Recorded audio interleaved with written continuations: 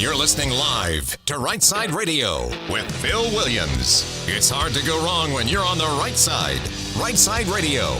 Solid, conservative, and just plain right.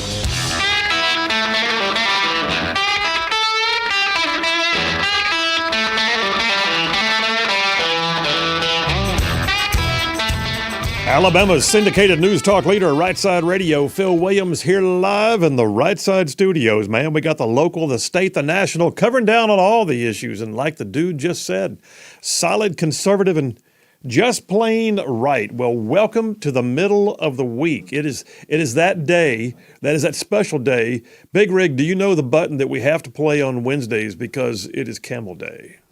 Yes, I do. Do you want that one? Apparently I do. Okay. That means hit it. Uh-oh. Guess what day it is? Guess what day it is? Mike. What day is it, Mike? Leslie, guess what today is? It's hump day. Okay. I think my favorite moment for the last week may be, do you know where the button is? Yes, I do. Well, that means push it. Okay. Hey, that's Big Rig on the board over there. How you doing, buddy? I'm doing good. You are doing good, by the way.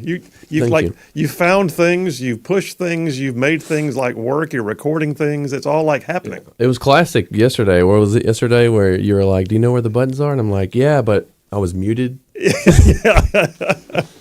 Thank you, though. Thank you for having me here. I'm very grateful for you giving me this opportunity. No, man, we're excited. We're excited to have you.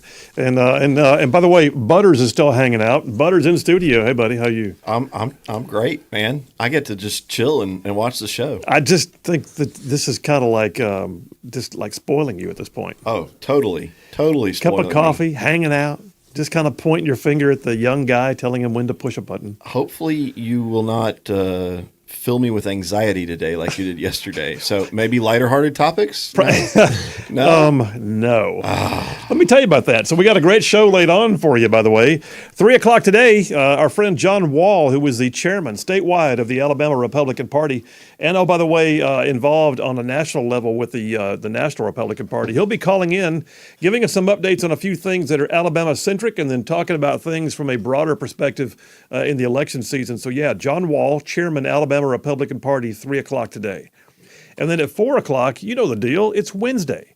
So we not only play the camel at the beginning of the show, but towards the end of the show, we have a moment there we call the Grand Council. So yeah, my brethren, Jeff Poore and Dale Jackson, both calling in at 4 o'clock. We're three conservative dudes who do radio, pinging each other with questions and just seeing where the chips fall. Sometimes it gets lively.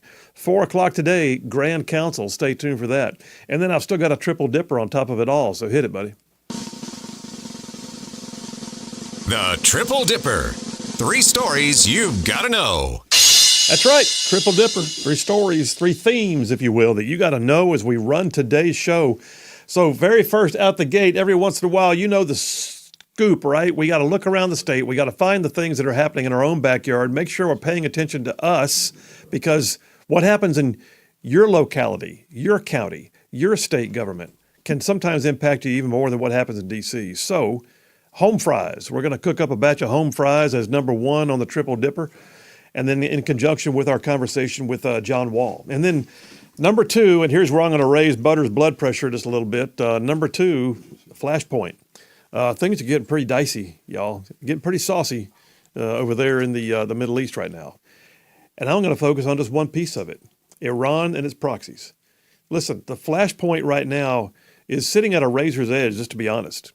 There are some who are saying, and I think rightfully so, that we are closer to the potential breakout of Middle Eastern unrest as a regional instability than we've been since the 1973 Yom Kippur War. This is a moment we cannot see taken lightly. So we're going to talk about that. Number 2 on the Triple Dipper, Flashpoint. And then number 3, I'm going into civics here for a bit. Policy matters is what I'm calling it. Policy matters. You ever stop to think about the fact that when a administration comes in and it sets its policies in place, it's usually based on a doctrine, like the Bush doctrine, like the Trump doctrine, like does Biden even have a doctrine? I'll talk about that. I'll give you details on what those meant and how those then become the underlying things that help guide actual policy, because policy matters. So we'll talk about that as number 3 on the Triple Dipper. All right, let me jump into my opening monologue here, the Right Side Way, and I will just tell you guys, as always, Southern Immediate Care, a chain of clinics that covers a huge swath of North Alabama. They are the daily sponsor of the Right Side Way monologue. Southern Immediate Care. They got locations in places like Gadsden, Anniston, Atala, 6 locations around the Birmingham area. They are open 7 days a week. They will see all ages. They are owned by a Right Side ruffian, and they are, by the way, the daily sponsor of the Right Side Way monologue. All right, let me just start off by asking you this. What if I told you that your opinion not only did not matter, but that you were prohibited from sharing your opinion in any way at all? No Facebook posts, no town hall meetings, no letters to the editor, no calls to Right Side Radio, nothing at all. Your opinion is forbidden. They want your opinion, they'll tell you what it is, right? Some of you may be thinking you're feeling that way right now, but truthfully, you're not. You're not by a long shot. In fact, your voice may be your greatest weapon right now. And it doesn't have to mean that you're always right, or that your resume is the strongest, or that you have some amazing pedigree or some advanced degree from an elite university. The voice of the average citizen is still one of the greatest forces for freedom anywhere in the world, especially here where the argument exists that the freedom of speech is an actual right, not a privilege, it's a right. So before I go any further, let me just be straight up. If you are ever told that your opinion is out of order, unwanted, unnecessary, or that you should go sit in the corner and be quiet, well, you have a decision to make at that point. Do you go away and not make a sound that could ruffle a feather or two? Or do you speak up knowing that the Founding Fathers took this very question into consideration and decided that the very first amendment to the U.S. Constitution, the very first one, should preserve the right to voice your opinion? Well, here's the deal. I say don't go quietly. Now, let me be clear on something. The fact that you can speak does not mean you should, and no, I'm not crawfishing here. There's a lot to be said for having wisdom and maturity to know when to bridle your tongue and when to let her rip. And once you speak, you need to be able to ably defend your opinions. You need to be able to back it up. Don't go quietly, but don't go off half-cocked is what I'm saying. When I say that, it reminds me of an amazing man that I read about.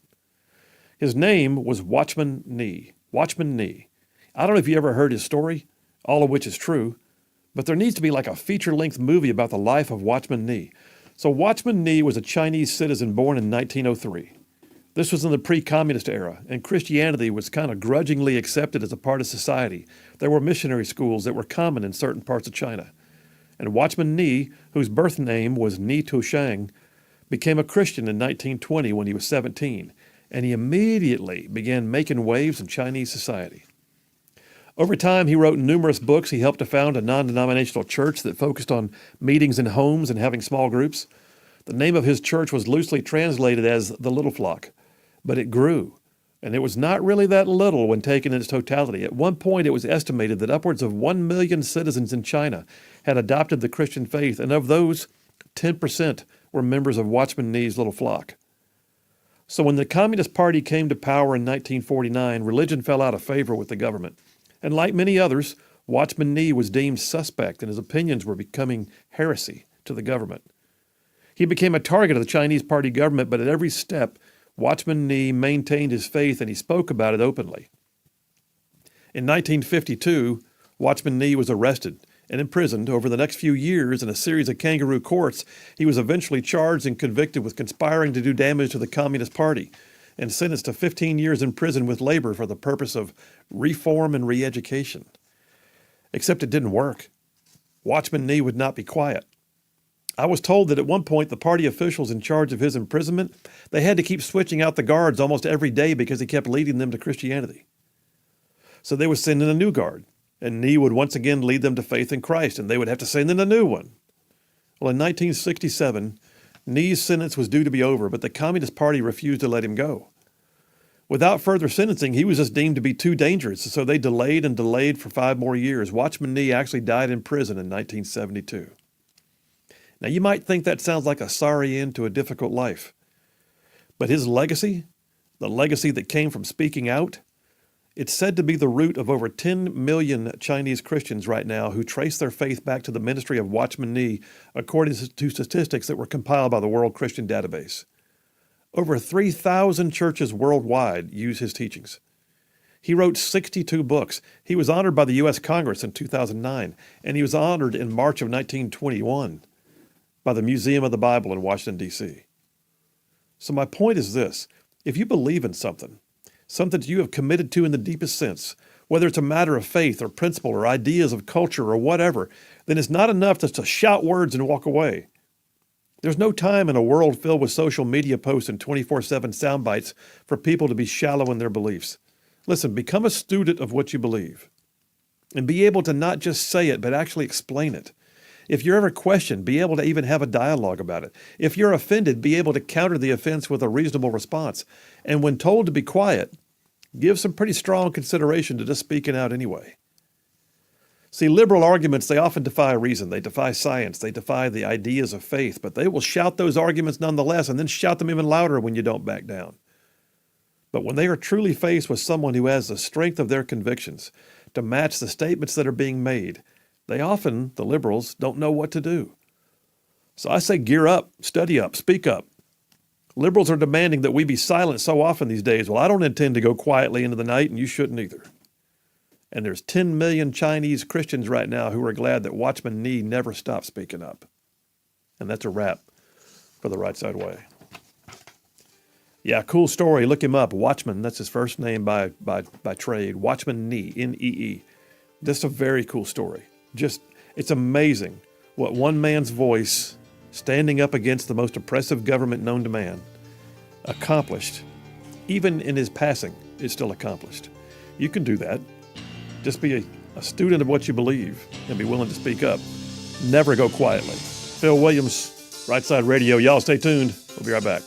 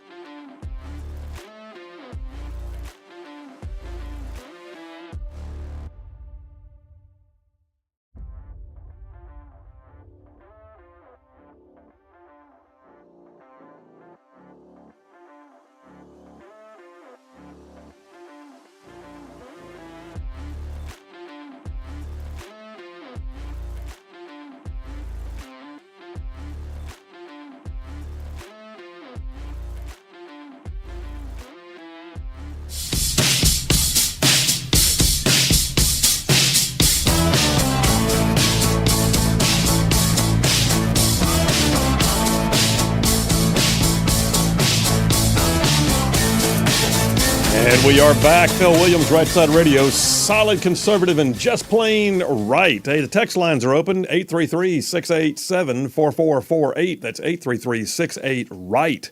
Text it or call it, same number for both. And by the way, if you're texting in for the very first time, give us your first name and where you're from so we can plug you in and have you in there with the well over thousands of, we got well over 1,000 people in the text line now. Kind of crazy. And by the way, Mike from Rainbow City, speaking of names and places, Mike from Rainbow City just texted in and said, hey, guys, good to see you all. I like the nickname Big Rig. So, yeah, kind of fell into a theme with the bees there. We used to have Birdman, and then we had Boomer. Butters has been with us, still here now, and Big Rig. So we got, yes. By the way, and I said something yesterday, y'all are not the B team, by the way. This is the A team. They just start with a B. I like it. Okay. Butters is just staring at me like, okay. I can't say anything. My mic's off. That's by design that your mic is off. I do want to know the story behind his nickname, though. Butters? Yeah. That was his call sign in the as a naval aviator. Okay. Had it emblazoned on your helmet, did you not? Okay. But you didn't have the fancy Maverick helmet. You had some kind of like plain white vanilla helmet, right? Okay, now you want your microphone. I had the standard. Actually, our riggers did a great job of giving us some pretty cool graphics on our helmets. But yeah, Butters. It's the short version. The guys in my squadron thought I looked like Butters off of South Park. Okay. So, and by the way, you clarified for me one day that all these fancy names like on Top Gun, like Maverick and Iceman, and and all that. yeah, they I don't know happen. a single one of them. There's nobody with real cool names. Not in the Navy. Not in the Navy. Now, Air Force guys, they get a bit more. They get the Viper and they get some of that. But they still got some pretty, yeah. Call signs are meant to poke fun at, make fun of something a mistake that you made or a funny, nose hair that stick like that's what they're for. We not Army. No, we go for the bossy sounding names. Like my call sign was not no. In fact, I had somebody try to assign me a call sign one time. They said my call sign was going to be Lexus, and I said no, it's actually not. It's not at all. Call sign. So my call sign was Titan 6, and I'm feeling much better about Titan than I am about. Hey, this is Lexus. Like are you a member of the Spice Girls? What is that? I don't know what that is. I like Titan. That sounds cool. We had a Yub Nub. Yub Nub? Yep, because he was a little short hairy guy like a little Ewok. And so that was his on his helmet. It said Yub That's Nub. terrible. Yeah, that's his call sign. And so Yub he's Nub. on the air. He goes, Yub Nub coming in for a landing. I mean, what is it like? Yub Nub on patrol. Yub Nub. If he's leading the flight, yeah, it's Yub Nub's his call sign. I'm telling you that it's. You got to know that the enemy's out there going. We're intercepting. Apparently, we got was it Yub Nub? We got Yub Nub coming after us. We're not scared anymore. You should be. Smart dude, Yub Nub. Test pilot, actually. JT Lacey Springs texts in. He says, "Seems like we had a command presence like Paul Harvey having your attention at the first words." I think you got a voice text going wrong there, brother. I think I guess what you're saying is you thought my voice sounded that way. I appreciate that. Thank you very much. If that's not what you're saying, JT, then clarify for me. John from Huntsville says, Phil, nice monologue. Just wanted to say that so far Big Rig's doing a fantastic job. There you go, Big Rig. Thank you. Fan base is already growing. That's right. He says, also, I'm looking forward to the Grand Council today. Whatever you do, don't let Dale convince you the Super Bowl is not rigged for the Chiefs to win, because it is. Well, we all know, by the way, that Taylor Swift won the game single-handedly. She did. She played both offense and defense. She made sure that there was no means by which there could be an opposing score that would ever keep her Chiefs from the Super Bowl, because they are now. And by the way, they're considering changing their name. It's going to be the Kansas City Swifties, is what I understand. Is that what's happening? Did y'all hear that? You're not checking sports pages. I'm just saying. No. Kansas City Swifties is where we are. I just watch out for it. It's going to happen. It'd probably make them more money. Probably would. Hey, this first section we got coming up to, by the way, home fries, news from around and about us right here in our area. So home fries has got some interesting dynamics, one of which is a follow-up on a segment we did yesterday. So yeah, the State Library Board met yesterday, and we got big doings. So they've made a pronouncement as to how they feel about the National Library Association. And then on top of that, we got several other things to include. Did you know that Alabama, which is, by the way, now known as the Detroit of the South, because auto manufacturing began to move here more and more and more because of our business climate and because we were a right-to-work state. Well, you can only imagine what happens then. The unions can't let that stand. So there is a push right now to unionize at the Mercedes plant, which is the harbinger, which was the icebreaker, the one that broke the glass ceiling for us on automotive manufacturing in Alabama. And the UAW says they want to unionize the Mercedes plant. And I'm going to say right now, that'd be one of the worst things that could happen to manufacturing in the state of Alabama is if our flagship went down to the UAW. Go look at Detroit and tell me otherwise. For that matter, go look at Gadsden, Alabama, where Butters and Big Rig and I are sitting right now, because we were the hotbed of unionization in the state of Alabama. Ask them where the Goodyear plant is now. That's right, it's gone.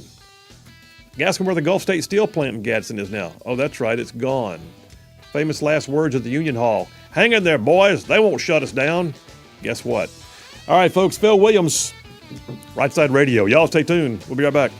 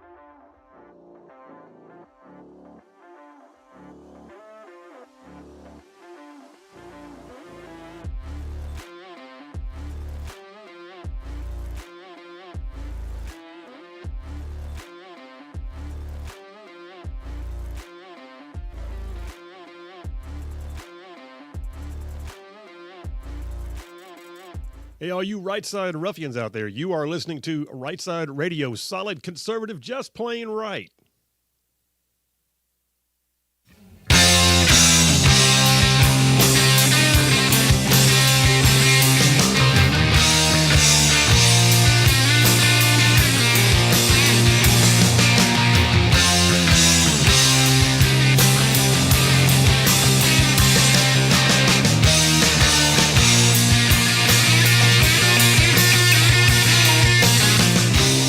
And we are back. Phil Williams, Rightside Radio, solid conservative and just plain right. Just covering down on some major ground across the northern half of the most beautiful state in the nation. This one, Alabama. Y'all are talking about this show goes like way down south of Birmingham and up north of Huntsville and Tuscaloosa, back to Gadsden, parts of Georgia, Tennessee, and Mississippi all thrown in just for good measure. I got several texts that I'll grab real quick before I kick off the dippers. So JT of Lacey Springs is clarifying for me. He goes, Chinese minister Ni had a command presence to be able to draw one quickly into there you go, to draw one quickly into Christianity. Yes, he must have. I would imagine that there was like a magnetism. It sounds like almost. But yeah, thank you for that. Mike from Rainbow City again says, praise God, great monologue. Thank you, brother. Appreciate that. Steve from Tennessee says, I grew up in Gadsden. You are spot on about the union impact there. He said the last Goodyear strike shut down the plant for 6 months and gained 5 cents more per hour. Game over. Steve from Tennessee. Yeah, bro, that's exactly right. When I was a state senator here, I helped in several ways to mitigate the demise of Goodyear. But at some point, there's nothing you can do. For the longest time, I had a letter in my drawer signed by Governor Bentley saying, if it ever comes down to it, I will be there for whatever the city of Gadsden needs to save the Goodyear plant. Well, at some point, what do you do when the multinational corporation says, we've had it, and they move on? Speaking of which, first article, I'm doing home fries right now. We got a sound effect for that one, Big Rig. You are aware. Cook it up for us, brother. Cook up some home fries. Smell it from here. All right, yeah, so home fries. Here's one that came off of Yellowhammer News, directly in line with what I'm talking about. If you are not familiar, the automotive industry really kicked off a new era of manufacturing in Alabama. We had been, for the longest time, Birmingham was the Pittsburgh of the South. And I hate that we're always like the other name. We're the other place like that. But Birmingham, the Magic City, it grew exponentially as steel and the entire steel industry just took off. I grew up as a kid. My granddaddy was a steel worker for U.S. Steel in the Fairfield plants. And I can remember going down to my grandparents' house, and I'd always ask my dad about the smoke coming out of the stacks. You know, is it pollution, Dad? He'd say, son, we used to always say, no smoke over Fairfield means hard times. Well, there you go. But they all went away. And they all went away for a variety of reasons, but a part of it was the difficulties with maintaining the union presence. Well, fast forward, Alabama had a major industry in textiles. We had sock mills, DeKalb County, Fort Payne, sock capital of the world. They're all gone. And then in 1993, here's a little history for you. In 1993, Mercedes pretty much threw a shock to the world by saying, we're going to build a new $350 million plant in Vance, Alabama, right outside of Tuscaloosa. And everybody's like, what? And I get it. Some of y'all out there are going to go, it's corporate welfare. They gave away the farm. Did they really? How much has happened? How much has happened? What did that $350 million plant become? A $7 billion impact to our economy over the years in the state of Alabama. $7 billion. Countless jobs. And then on top of that, what happened when Mercedes came in and began building its new M-Class SUV right here in Alabama? Next thing you know, you've got things like Honda, Hyundai, Toyota Mazda, building other plants, tier 2 suppliers building to be able to be close in time so they can do their just-in-time logistics and supply things to the localized plants. And then, as the textile industry got just raked over the coals by NAFTA, the automotive manufacturing sector in Alabama was growing. And then the aerospace industry took hold because of it. You had defense contracting that was already beginning to thrive in Huntsville area anyway, and next thing you know, you've got Boeing, Airbus, Lockheed Martin, Sikorsky, and all the other high-tech firms that began to flood into the Tennessee Valley. And then you have Austell USA down yonder on the coast at the port of Mobile, building warships.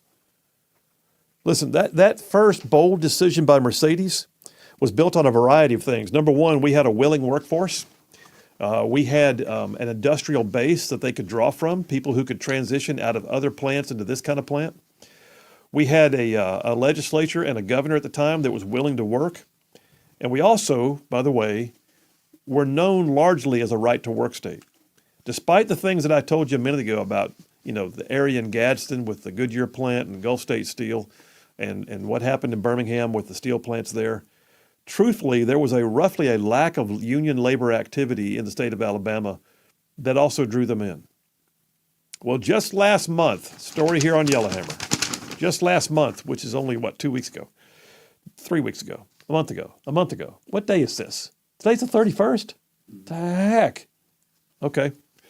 Anyway, a month ago, the United Auto Workers, commonly known as the UAW, according to Yellowhammer News, says they are announcing a renewed effort to expand their footprint by organizing labor groups in states like ours. If they are successful in Alabama, says Helena Duncan, who is the president of the Business Council of Alabama, we could soon see automotive industries quickly recede like a falling tide. That's her words. She says giving the UAW a toehold in this state is the same as dumping a large toxic dose of castor oil into a delicious economic development recipe. She points out, like I said, $7 billion in Mercedes impact to the state. Hyundai just announced a $300 million expansion in Montgomery, adding 200 more jobs. Hyundai Mobis, which is one of their big suppliers, building a $400 million, 400-job plant. Toyota Mazda, trying to hire 300 more to get up to 4,000 employees at their $2.3 billion plant in the Huntsville area. And then we have the $3 billion Honda plant down in Talladega County that builds the Pilot SUV and Ridgeline and others. And I'm just going to tell you, I totally agree. If the UAW gets a foothold in these plants, it's going to wind up having a dramatically negative effect on manufacturing in our state. What you got, bud? So what problem are they coming to solve? Because presumably they would be doing that to solve a problem, right? To No, meet a need? what they're really coming to solve is the man. That's really it.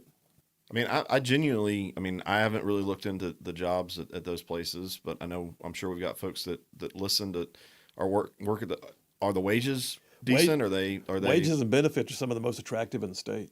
Yeah, and I've got good friends that own a company that provides the initial temp hiring in some of those plants, and I'll tell you right now, they pay strong.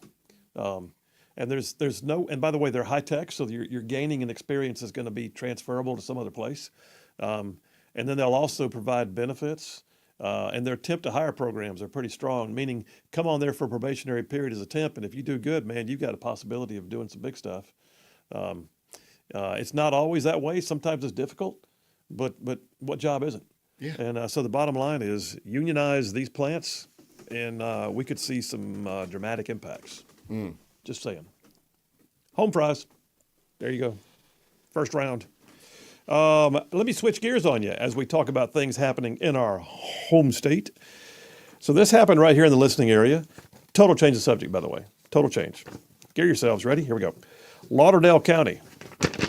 Up yonder in the northern part of our state, Lauderdale County, Circuit Court Judge Gil Self.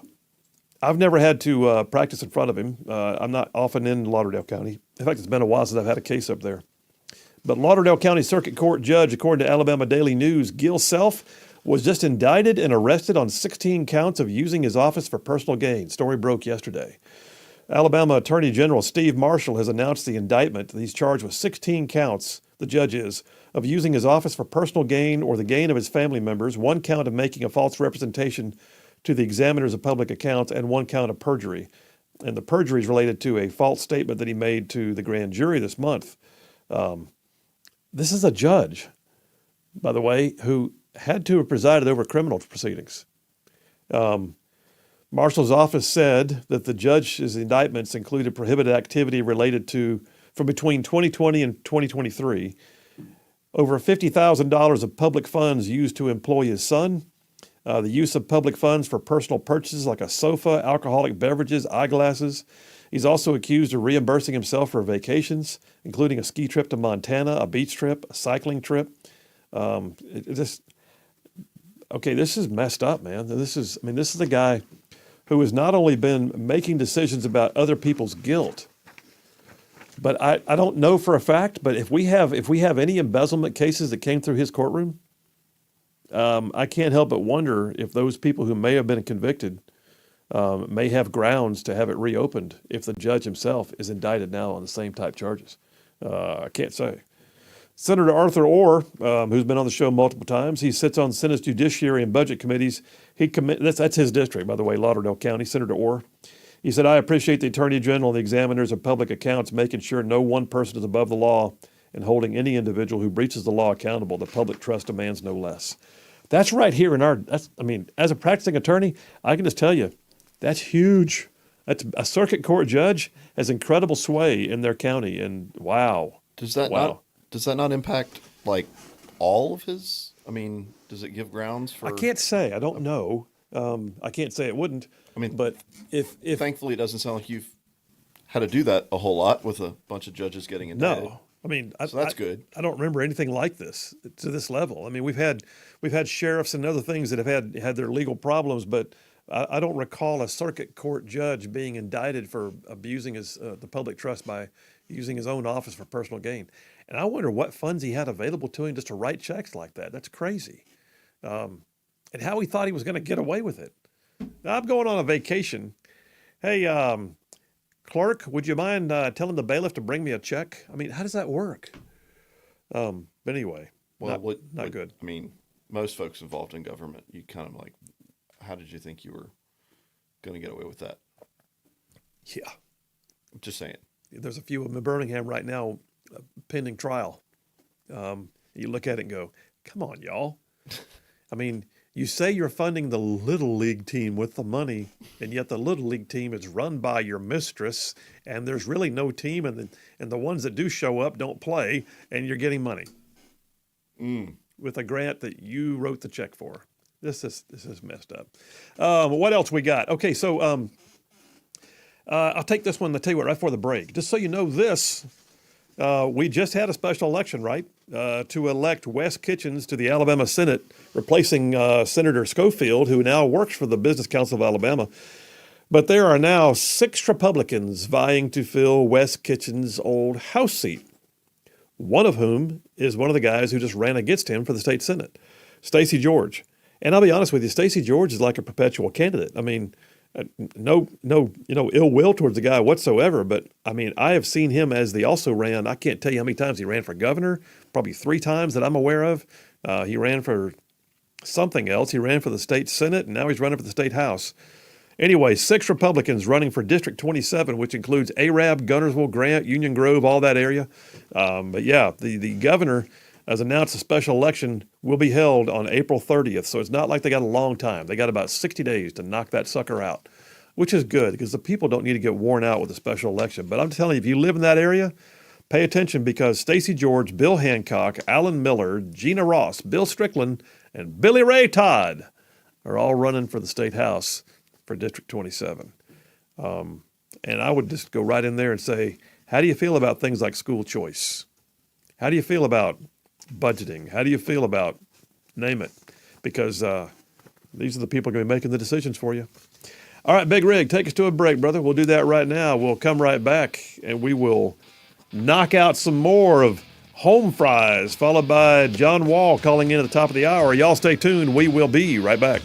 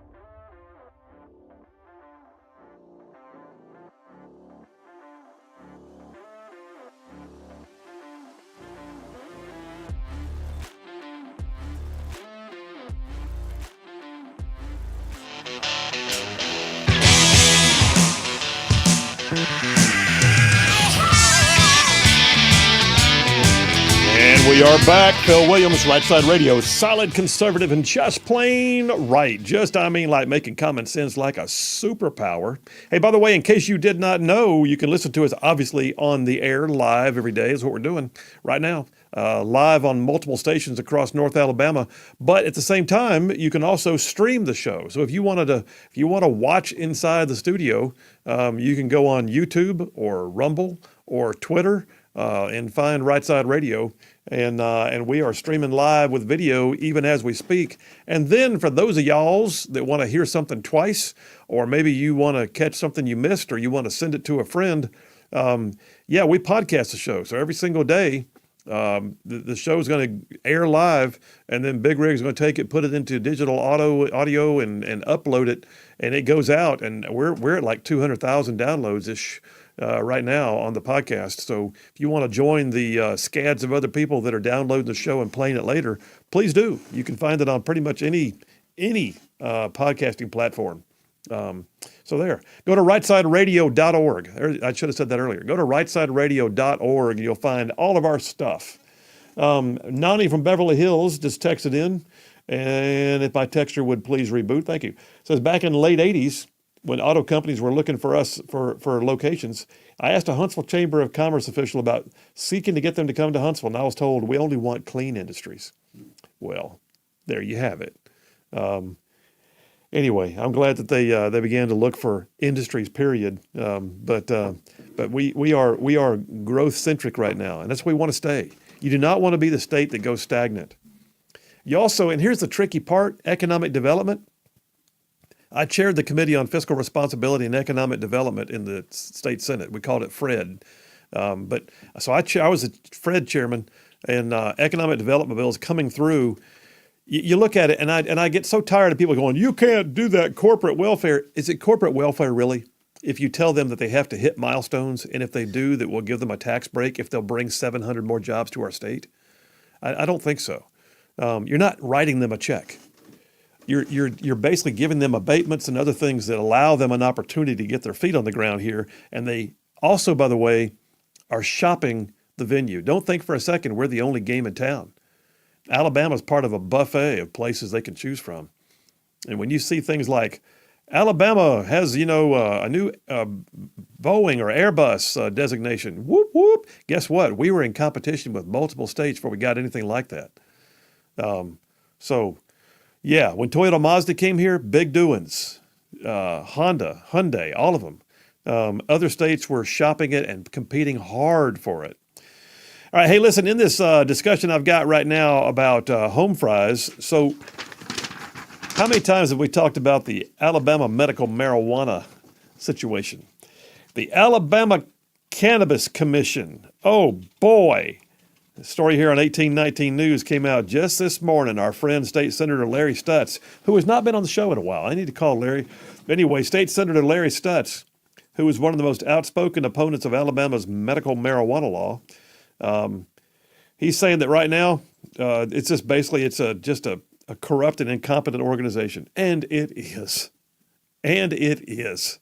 It is absolutely a debacle. It is a goat rodeo of the highest order. And he's saying right now, if they pass a gambling bill that looks a lot like what we think it's going to look like, it's going to come out the exact same way. You're going to have the brand spanking new gambling commission. Awesome. And they're going to be issuing licenses. Awesome.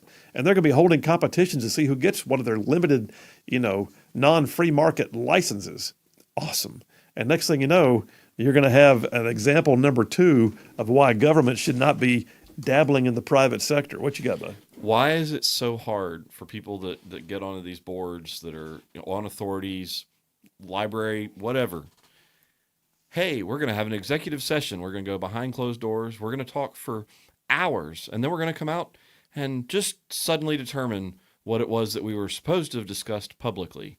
Why is that such a difficult concept? Because that's what they've done. That's what so many do. Oh, they don't get it. And the reality is they're allowed by law to go into executive session, but they still have to come out and then publicly hold the debate. So yeah, if there's things that are confidential and you have to be able to talk about them behind closed doors for a bit, okay. But guess what? You're not allowed to finalize those discussions until you come out in the public arena and hold the vote. And then you want to get mad because people are like, this is fixed. This Yeah. is some shady under the table stuff. And oh, by the way, hey, legislature, when you put something in place and you say, we're going to have the great new industry, it's going to be awesome, but we're only going to let 6 people in. Guess what? 93 want in, and it becomes a tussle. Okay, more on this. We'll be back with John Wall, chairman of the Alabama Republican Party, giving us some updates on the library situations. We'll be right back.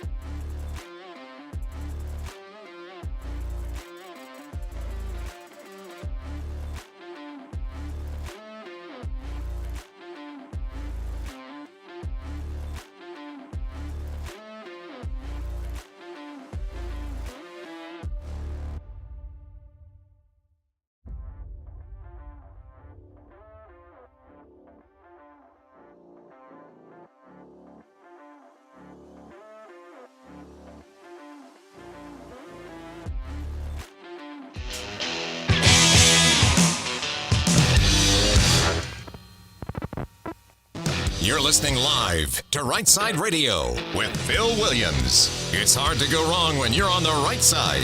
Rightside Radio. Solid, conservative, and just plain right.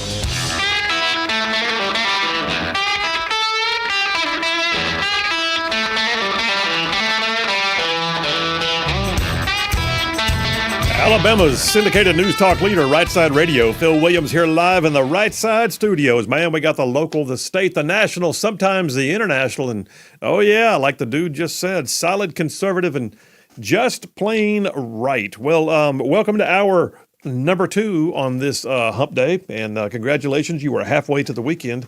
I'm going to go ahead now and just keep moving forward. We're doing our section right now we call Home Fries. Every once in a while, you got to pay attention to what's happening in your own backyard, right? News from around about us. Well, one of the people who's a lot of times at the center of that news is our friend, Chairman John Wall. He is chairman of the Alabama Republican Party, and he has been on the show multiple times. He is currently at the national convention or conference right now, and I just wanted to call and get his perspective on something that is currently in our Alabama news, and then get a national read on things. So without further ado, Chairman John Wall, how you doing? Oh, doing well. It's good to be on the show. Well, it's good to have you back, and thanks for making time for us. I know you're out of town right now, traveling a bit and doing some Republicanism stuff. But let me ask you this, and I don't think you were at the meeting, but you are a member of the Alabama Public Library Service Board, and they did indeed finally vote yesterday, and I believe it was your motion, to unanimously withdraw from the American Library Association. Am I right? No, that is correct. And this is a great step in continuing the process, because this is going to be an ongoing process. You know, we've already made some good ground in the past. We're going to be, this is a good step, and then I want to keep this going in this process of cleaning up our libraries and making sure they're safe places for our children. You know, to me, it's so common sense. Parents should be able to not have to worry about books that are in the children's section. They should be clean. They should not have sexually explicit material, and parents shouldn't even have to worry about it. And so I'm very, very proud of this step. I think it's a great step in the right direction as we continue to move forward. Yeah, we actually had Elizabeth Stewart from Moms for Liberty in Madison County on yesterday. She was talking about the Athens Library, things she's working on up there. They had a meeting, I believe, in the Huntsville Library last night. And then, of course, we had the Library Association meeting or Library Service meeting down in Montgomery. Who would have thought that libraries were the center of controversy? I mean, they're like ground zero for wokeism right now. No, it's true. And, you know, I think it goes back to, and this is a battle, you know, I'm growing to learn this more and more, especially with my position on the APLS board, and of course, as party chairman as well.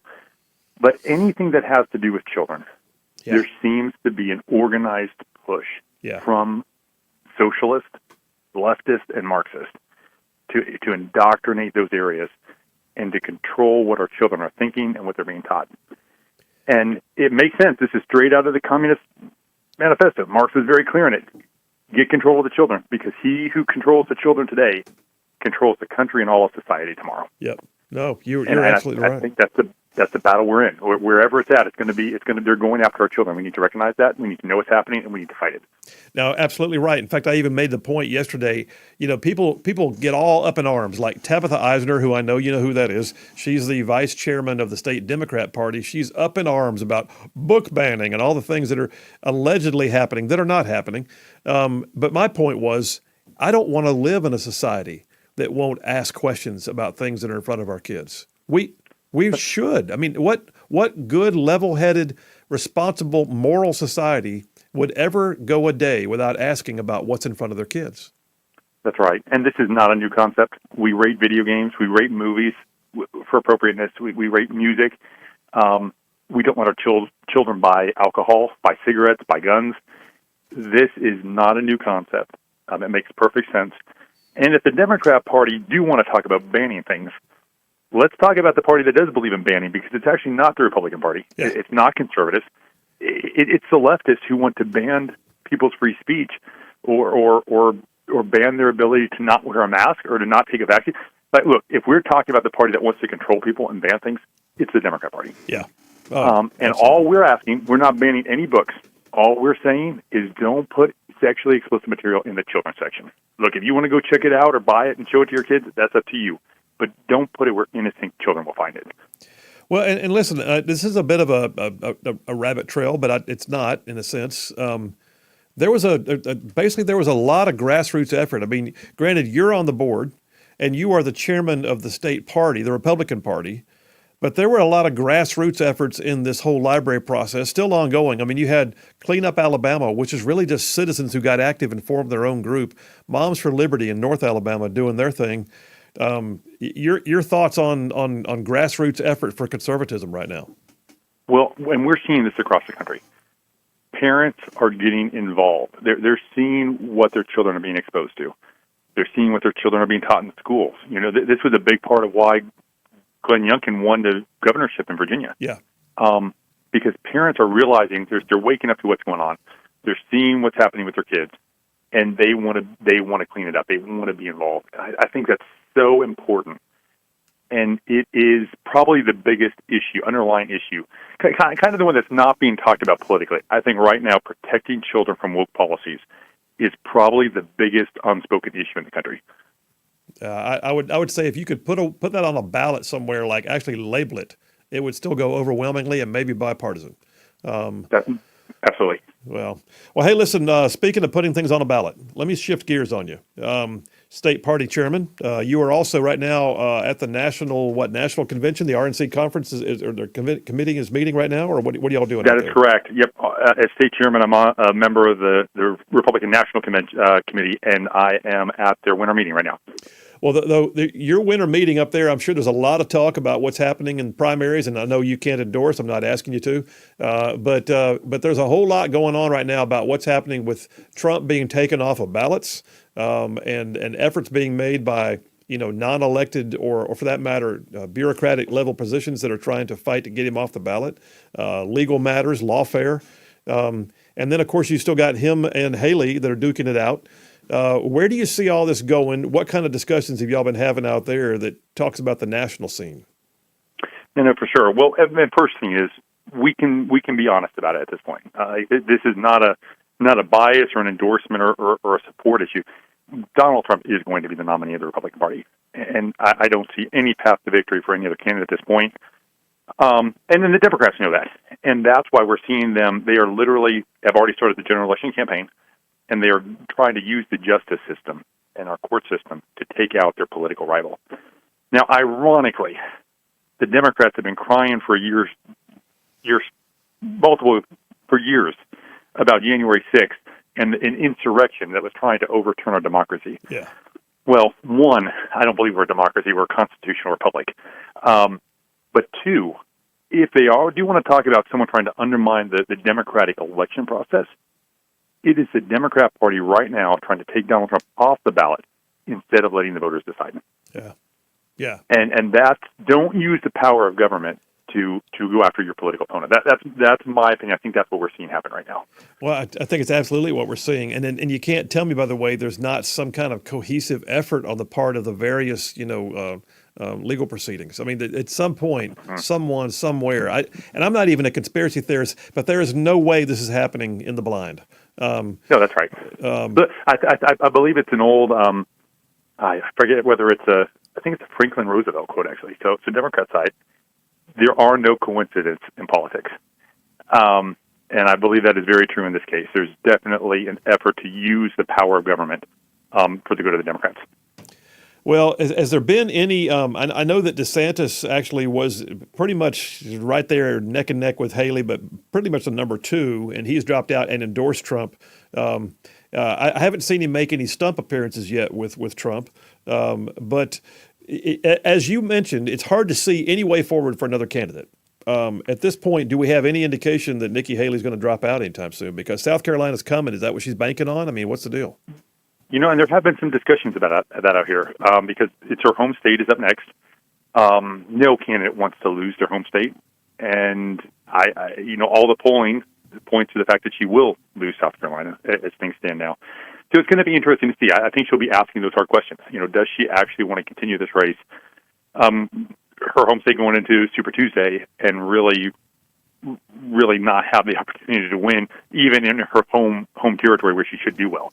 And that's I think it's an important question to ask because at this point, we do need to start getting focused on the general election. The Democrats already are. The Republican Party needs to be.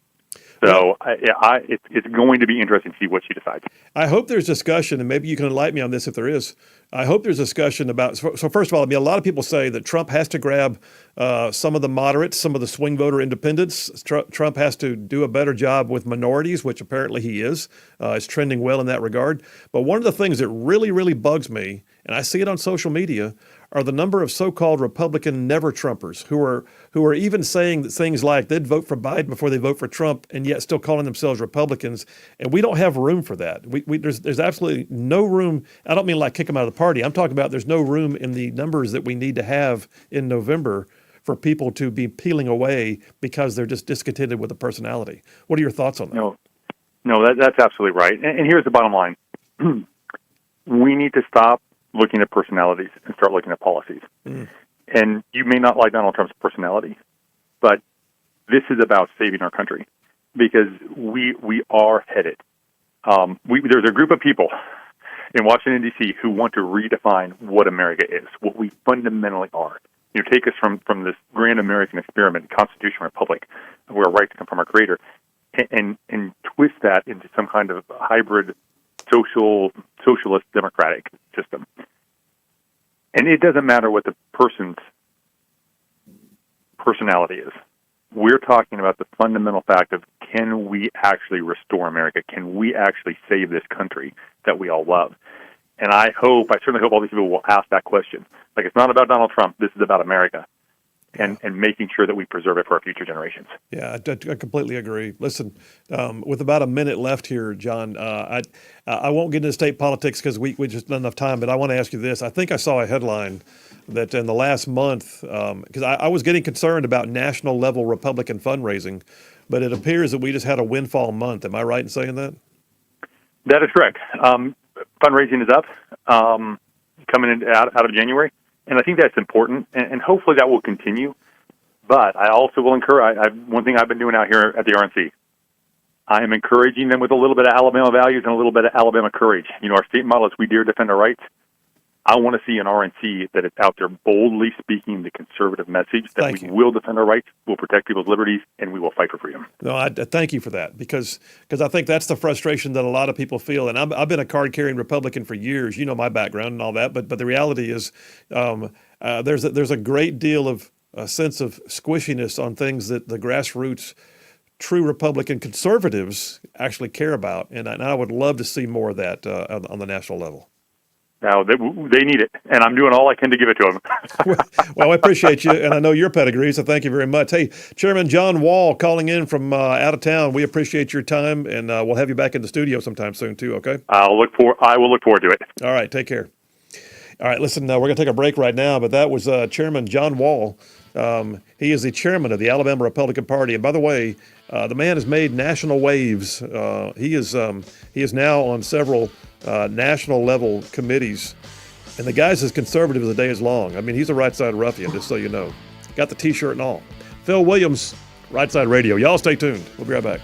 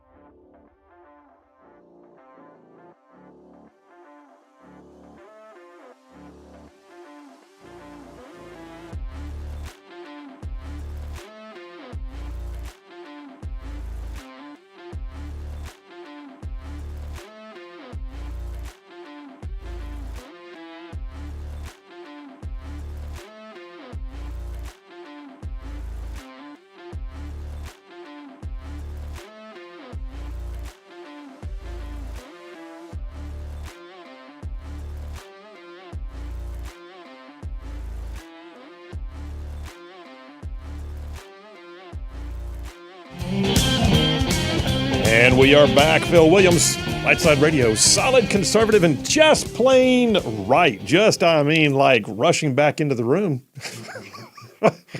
It's like I'm outside the door. Hey, we're back on. Holy cow.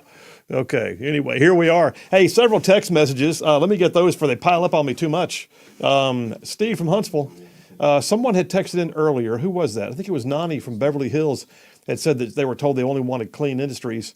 Steve from Huntsville says, that clean industries quote, a remark was made when Mayor Loretta Spencer was in office, and we know what party she was affiliated with. There you go.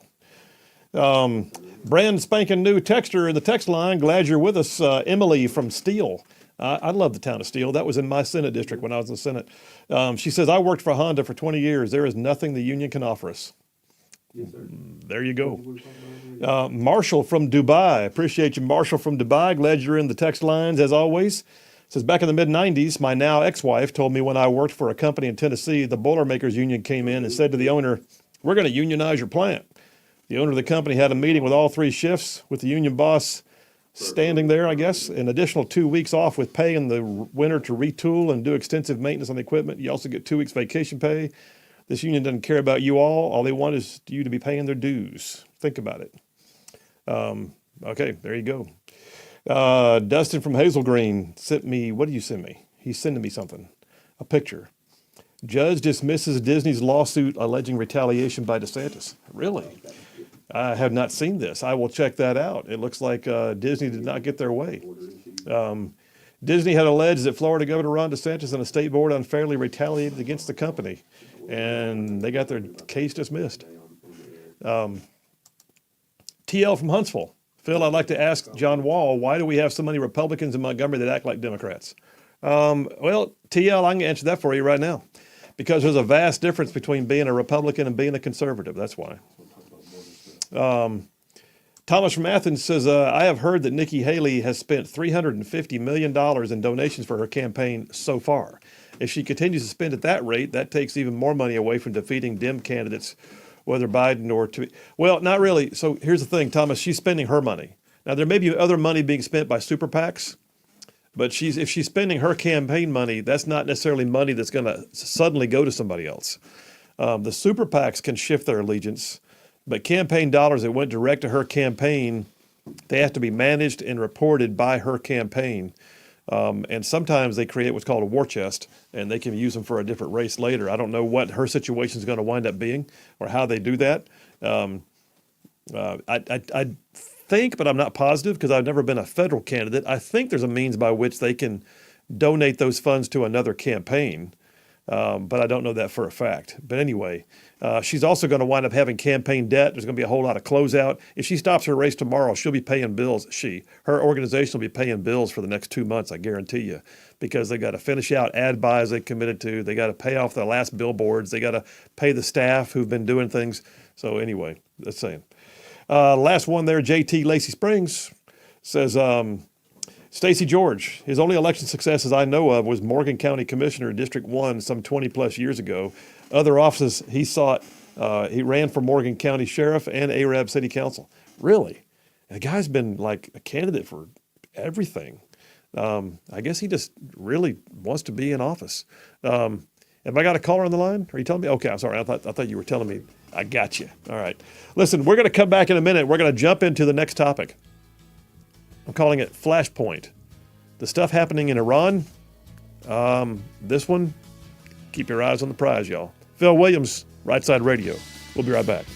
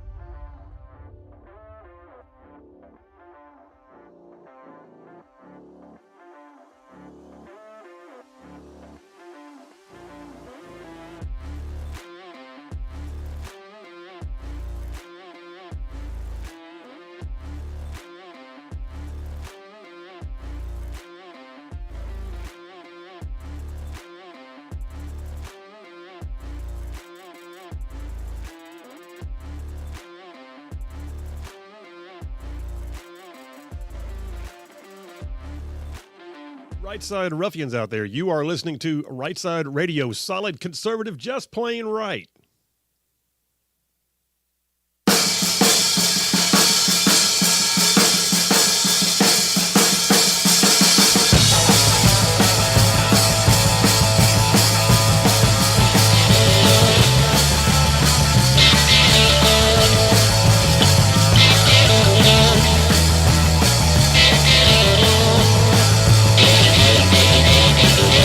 We are back. Phil Williams, Rightside Radio, solid conservative and just plain right. Just covering down on some major ground across the northern half of the most beautiful state in the nation.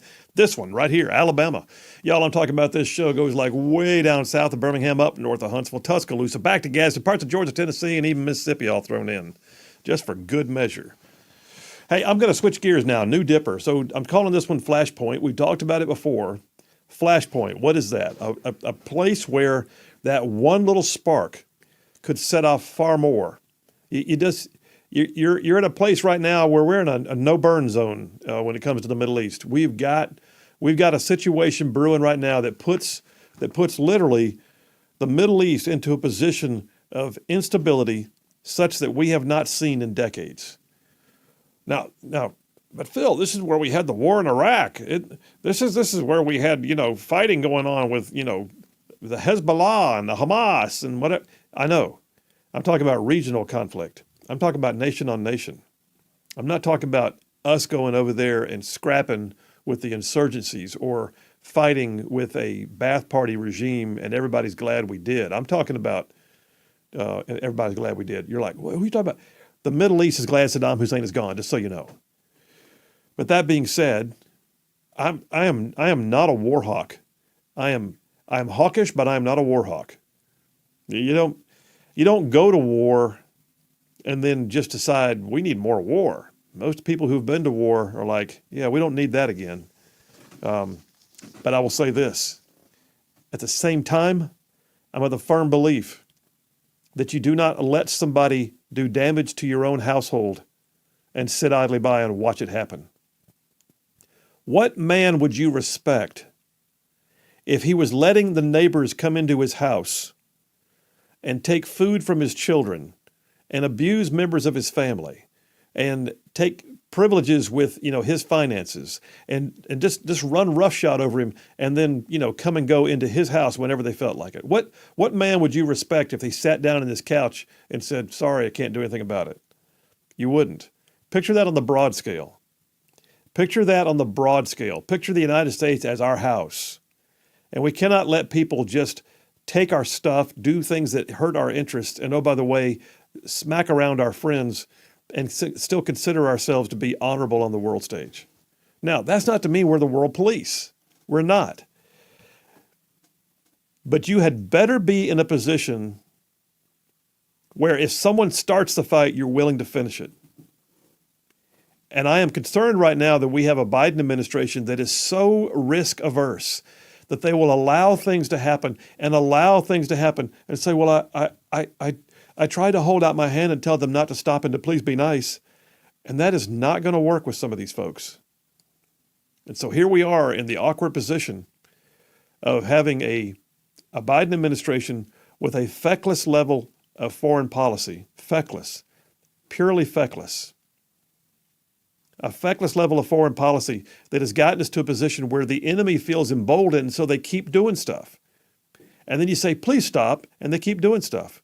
And so then you throw a rock at them, but you don't really want to hit them, so you throw it over there, and then they keep doing stuff. Well, that's where we are. And we're at a flashpoint right now. It was recently said that the Middle East has not been this unstable and close to all-out regional conflict since the Yom Kippur War of 1973. And listen, if you think for a second that, well, I don't want to go to war with Iran. I don't either. Guess what? Iran's already at war with us. That's part of the problem. Is people are looking at this as in us going and starting something. It's already started. Do you realize what's going to start happening pretty soon in your supply chains? When you go to the store or when you go to buy a new part for your car or when you need that thing that you can't buy and Amazon can't even get it to you, it may be because the world shipping has now been constrained in the Suez and in the Red Sea. You may also find that the cost of oil goes up. Why? Because there's been a diversion of oil to other places because you can't get it from here or there. Or how about this? When we start losing service members. And that happened several times in the last week. 2 Navy SEALs dead on one mission, which I'm still a little suspicious of that. I'll talk about that later if I can. But then you also had these 3 service members who were reservists from Georgia who died in a drone attack in Jordan just the last few days. And they're not the only ones. They 3 of them died. 40 were injured, 8 of which were so serious they were evac to Landstuhl in Germany. Listen, I want to do this before I go any further. I got an audio clip. So, Big Rig, I'm going to do the first part of that audio. So this is former Secretary of State and CIA director, and oh, by the way, West Point graduate, Mike Pompeo, talking about this very thing in a recent interview. Go ahead and play the first part of that. Contributor, and just get your take as to what is happening and what you think the White House and the Pentagon will say today. Well, Bill and Dana, thanks for having me on this morning. It's pretty clear that the Biden administration's policies have resulted in a huge conflagration. I hear people talking about whether we're going to end up at war with Iran. I can assure you the Iranians are at war with the United States today. They've now killed American servicemen. These 3 certainly in these past days, and we shouldn't forget the 2 Navy SEALs that lost their lives in the efforts in the region as well. Dana and Bill, if we stay on our back foot, if we continue to be reactive, if we continue to say, gosh, when they do something, we're gonna hold them accountable, the Iranians will continue at this. And it will not only be in Israel, in Gaza, it will be all across the world. They are the world's largest state sponsor of terror. They're deeply connected to Iran and China. And until President Biden manages to restore deterrence, I think we're risking escalation continuing in exactly the way we've seen it happen in these past weeks. Well, a couple of things here. Wow. All right, so listen, that's Mike Pompeo laying it on right there. He's basically, and he said it unequivocally. He said, if you think that we're looking at going to war with Iran, understand this, Iran is already at war with us. And these are Iranian proxies. Iran is exporting terror and exporting instability through a variety of means. They fund, they train, and they support, and they encourage, and they incite groups like Hezbollah and Hamas and the Houthis, and oh, by the way, insurgencies that are operating in and around Syria, like ISIS. And then I got news. We're hearing right now that there are members of the Taliban that are being trained in Iran. Don't think for a second that they weren't crossing the border. I know for a fact when I was there in the beginning of the war, there was Iranian influence dabbling in and amongst places where I was walking the ground at the beginning of that war. All said and done, Iran is a fomenter of unrest, and their goal is to maintain the unrest because that gives them an upper hand. Story here on Fox News. Because the question right now is what next? Everybody's watching. Are we about to do something? Is anything going to happen? What's going on? Do we know? Has the Pentagon announced? Have we launched any airstrikes? And who are we going to target? Who are we going to target? Do we have a target picked out? Well, here's the thing. Biden was asked yesterday in one of those, and it's so awful. I mean, y'all, I'll be honest with you. I'm so tired of it. I'm so tired of watching the commander-in-chief look like he just woke up from a nap. But he's like walking out there kind of wooden, and then it's like all of a sudden he realizes, oh, there's a reporter over there. And so he like staggers over and he squints and he stares and he slowly reaches both hands up to take off his sunglasses and like real slowly takes off his sunglasses. And Marine One is blaring in the background so you can barely hear what's being said. But they asked him if he's decided on a response. Answer, yes. Oh, okay. And we don't know any more than that except that he's decided on a response. Well, I'm glad. I don't know what that means. And I'll be honest with you, I probably shouldn't know what that means because I'm not in the know. I'm not sitting here with TS clearance right now working on some ops plan. But the truth is, that's a really weird answer. Have you decided on a response? Yes. Okay. Almost felt creepy. But then what we did here were the sort of a telegraphing of where things are going. John Kirby, National Security Council spokesperson, later on said that he was not going to preview the response, but he indicated it would come in phases. Phases. Could be a tiered approach, not just a single action, potentially multiple actions over a period of time. This is just Phil Williams talking, but I suspect that what they're looking at right now is a multi-pronged campaign. They're probably trying to get some of our allies on board with it as well, so we could say it was a coalition force. They're probably also looking at air assets. They're probably looking at missile launches, and I would suspect they're also trying to make sure they have their target acquisition down right. But the longer they wait, the weirder it looks. At the same time, you have to wonder what they're going to strike. I'm going to suggest to you they've got to do something a little bigger than what they've been doing. They can't just shoot a missile out of the air and go, there, we did that. And they can't just shoot an ammo depot and go, there, we did that.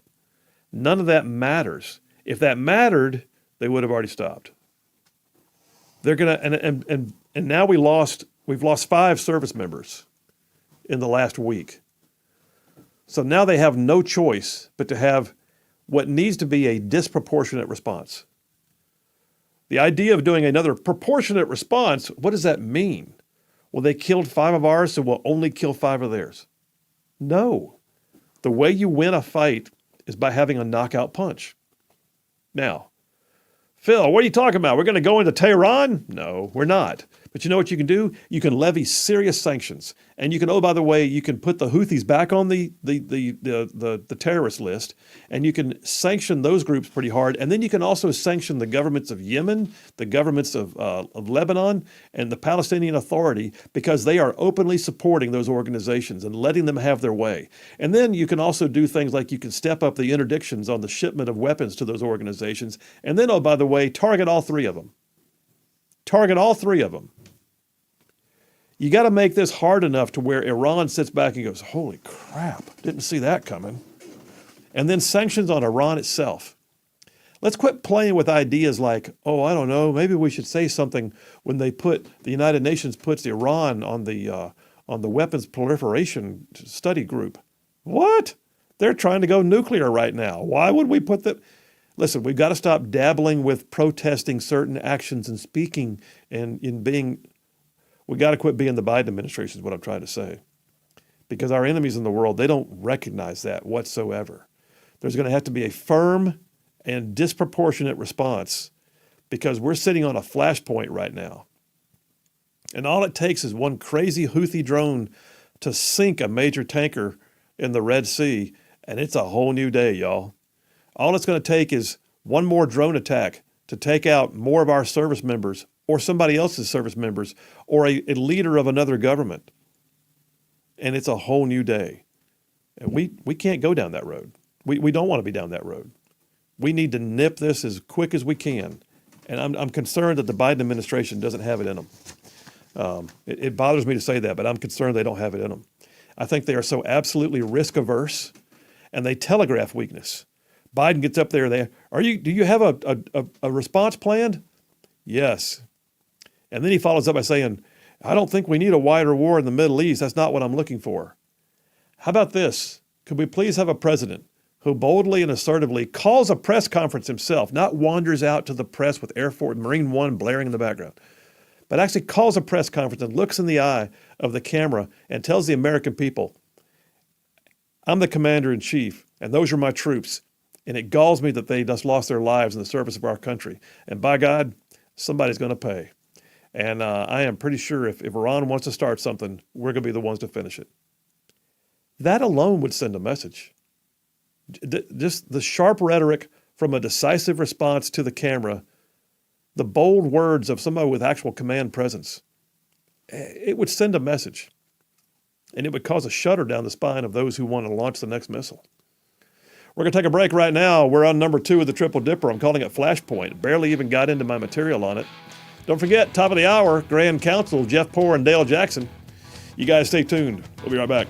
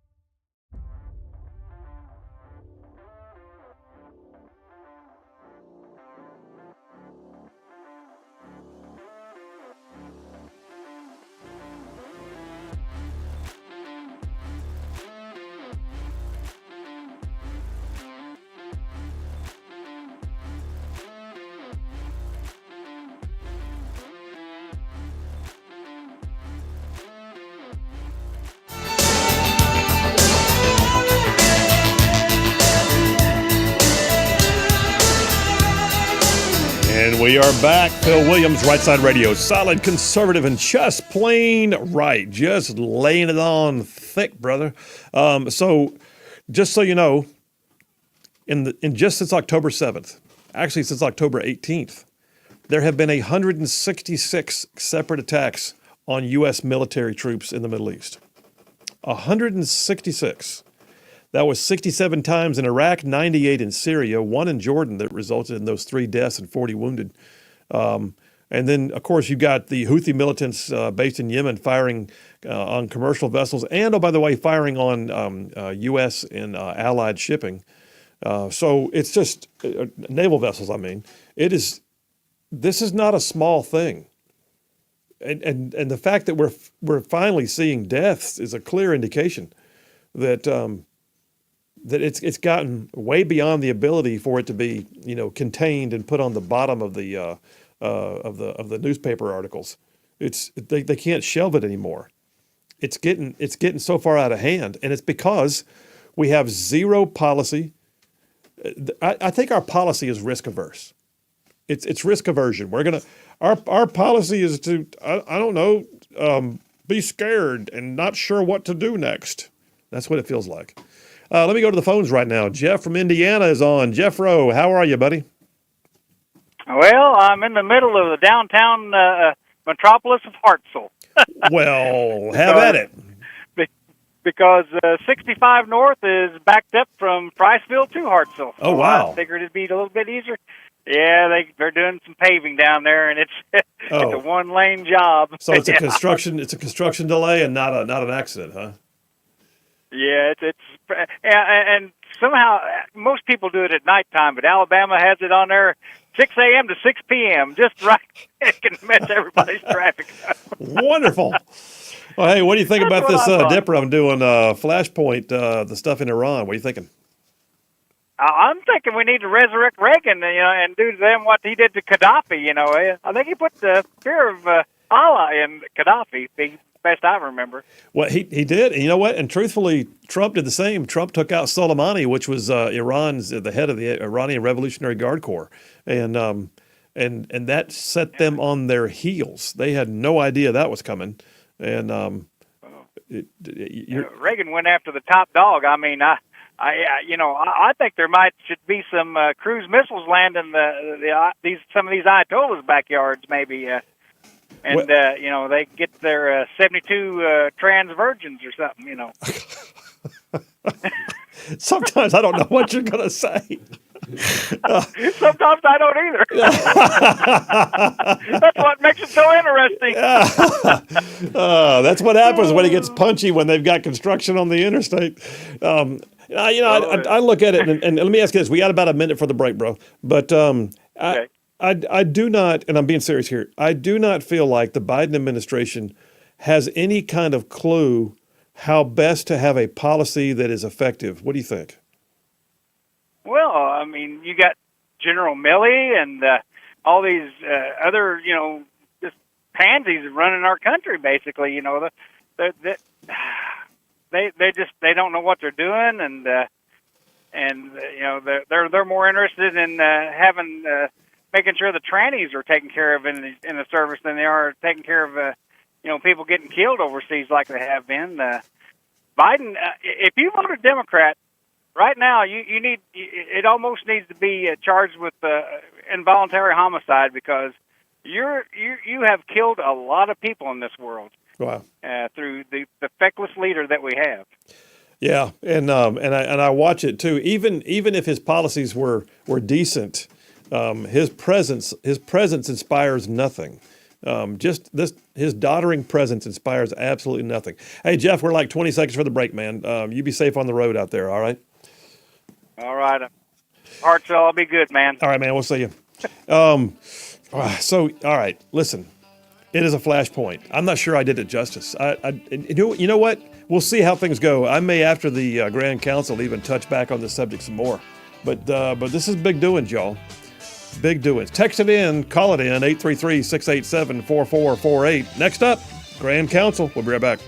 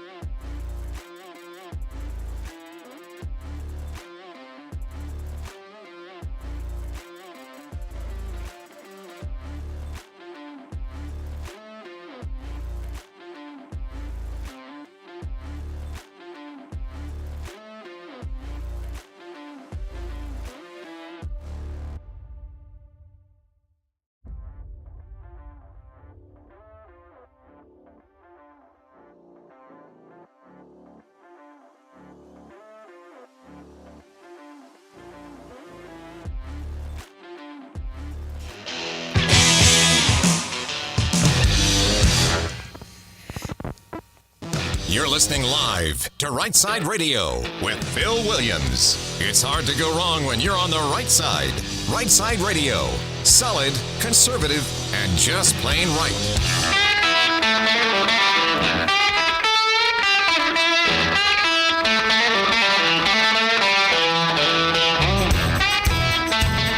Alabama's syndicated news talk leader, Rightside Radio. Phil Williams here live in the Rightside studios. Man, we got the local, the state, the national, sometimes the international. And yeah, like the dude just said, solid, conservative, and just plain right. Well, all right, you know the deal. It's Wednesday. So it's not just the day that we play the camel at the beginning of the show. I mean, Wednesday is a day filled with all kinds of things you expect on a regular basis, one of which is, we like to call it the Grand Council. So I got two guys who've done radio longer than I have coming on right now.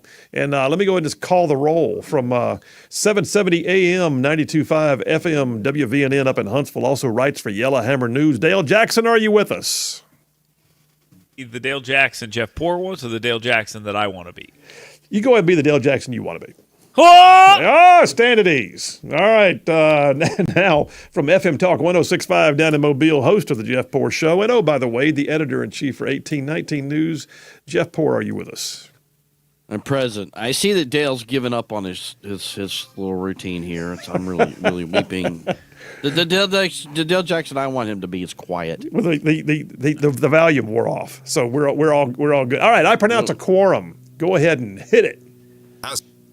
Assemble the Grand Council.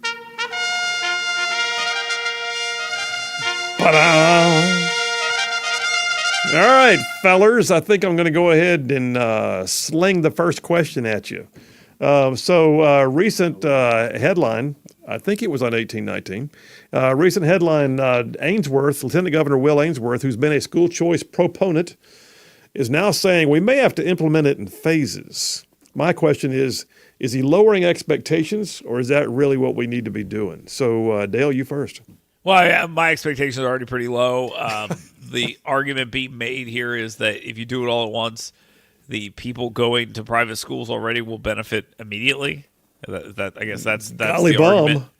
Yeah, and people are going to be very upset by that, so they want to kind of phase it in year by year. So my question on this is, my kid's in was he in kindergarten right now or something? I don't know, 8th grade. I'm not sure. Does he get there with the school choice? Get there, or is he phase out completely? I don't really mind this if it's real school choice. I'm more concerned about what it actually looks like, the parameters of it, as opposed to the phase-in period. Give me a phase-in period and a real bill, and I'll be happy. By the way, your son just graduated from high school. You missed it. Okay, good. Okay, yeah. All right, Jeff, your thoughts. Is he lowering expectations, or is this what we got to do? Probably both. You got to do it. You got to lower the expectations. The more you hear and the more talk and it gets talked down, guys. It just sounds to me like the fix is going to be in, and maybe. Well, let me ask you this: if you have really high expectations and you really want like universal school choice or whatever it may be, and then you don't get that, and you get something that's much more slowly rolled, will people on the right especially the legislature or pro school choice, walk away from that? Will they walk away from not voting for it, you mean? Yeah, it's like, this isn't good enough.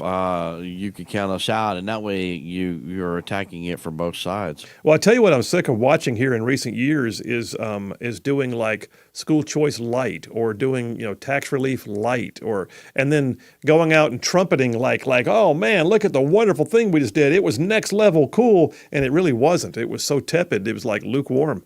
Well, I guess so.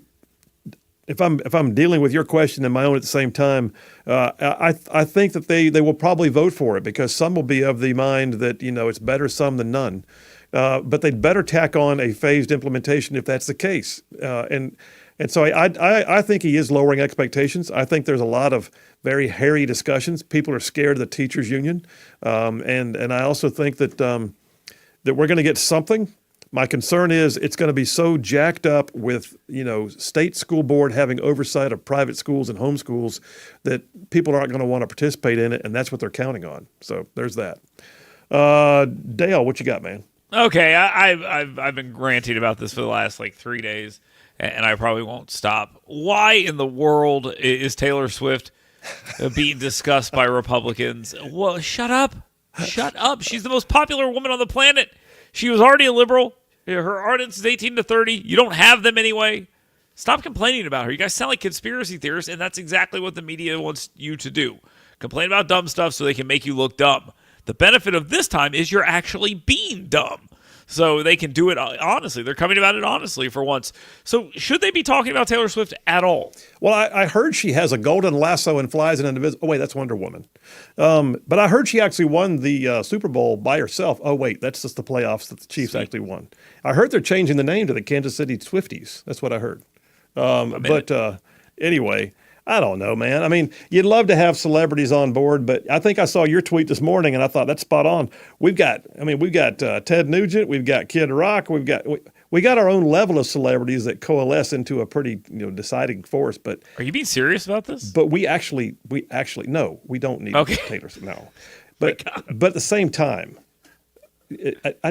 I'm so sick of hearing about Taylor Swift. I could just like puke. I'm done with it. The ratings are higher for the game she's in than any she's even at, or higher than any of the other games ever done. She is a draw, and the best thing you could do is hope she sits on the sidelines. And directly attacking her makes absolutely no sense, and pretending it's some massive conspiracy by Pfizer makes even less sense. I don't think Republicans are going to do anything. I mean, if she showed up one day, by the way, if she showed up one day and said, "I love Donald Trump, I want to endorse him publicly," they go, "Come on in." Yep. But I think at the same time, just stay away from Swifties. Just stay away from them overall, unless they're in your camp. Jeff? Yeah, I just think it's anger that it's misplaced or needs to go somewhere because, and I said this morning on Dale's show, I said, like, look, these guys were all jacked up over the sanctimonious or whoever, and now he's gone, and it's the same people. They need a target. What better target than Taylor Swift? It's a lot more dangerous to go after her than it is to go after Ron DeSantis. I'm just saying. Just saying. Like, leave it alone. Hands off. Jeff, what's your question? There is now text. We won't get it probably for a few days, but a gambling text. I think I heard Dale, as a matter of fact, say that he could be persuaded to be against casino gambling because he doesn't see the net benefit. But what do you see here? The day by day passes, and the more sour I get on gambling having a shot in the Alabama legislature this year. You first, Dale. Well, my souring on it is based on this. I've listened to the Madison County delegation go like, look, we don't want any of those dirty, nasty casinos up here. But if those blacks want them, they can go ahead and have them down there in the black belt. That's fine with me, and we'll go ahead and we'll take that money and distribute it around the state. You heard him say I'm paraphrasing, but that's quite the paraphrase. The gist of that's how it sounds. The delegation is calling your phone number right now. I'm texting them all your personal line. The Madison County delegation here, I know well. I know them well too, but that's exactly how it sounds. They're saying, I don't know, Dale. We don't want it here, but they can have it there. I got a real problem with that because that money's just going to get sucked out of that community and distributed around the state. It's a really stupid idea if you're going to do it that way. Well, I mean, here's the bottom line. The casino version of any gambling bill in Alabama has always been a debacle. I don't care whether listen, everybody out there can put aside, I want a casino. Put aside how you feel about it and look at the language of the bill itself. There has never been a bill that came up and go ahead and substitute. Call it the grocery store bill. If it was grocery stores, it would still be the most ungodly, non-Republican looking piece of legislation you've ever seen because they always structure it to help those who break the laws that give, to violate free market principles, giving monopolies to bad actors. And it's just absolute and growing government and raising taxes. And if you want that, then you know what? You might get a casino. But right now, you're not going to have a true bill that says, the people have spoken. They just want something. It's not going to happen. They can't do it. Opine on that if you want to, guys. Well, I don't. I mean, the math's never been there for me. You look at the Senate. It's not. Yeah, and this is what we say every week. Who in the House is going to walk the plank for this odious Frankenstein bill? Knowing that it's just going to go upstairs in the Senate to die. You've got a mix in the House right now. You've got the true believers who are desperate to get a casino in their area, and then you've got those who are just willing to do whatever leadership tells them to do because they might get a new committee assignment if they're just good. And then you've got the guys who would stand on their principles and they're going to like, you know what, I'm not for this. And so I don't think they've got the votes. I don't think they got the votes in the House. I feel very confident they don't have the votes in the Senate. That's how I feel about it right now. Dale, you see anything different besides your I racist think you're right about overtones? that. I think you're absolutely right about that. And the only reason I laid out what I think is just because I think it looks really, really bad. And I look at the more prosperous areas of the state. Mobile has a tourism industry, and Madison County doesn't. But they have people, they have money, they have all this stuff.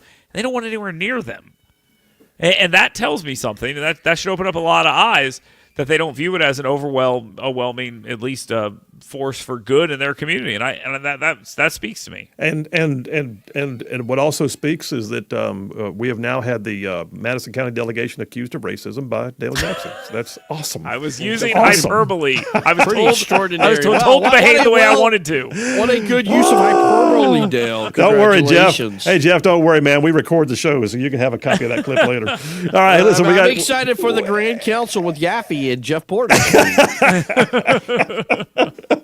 All right, we're taking a break right now. That's round one of the Grand Council with our brethren in radio, Jeff Poore and Dale Jackson. Y'all stay tuned. We'll be right back.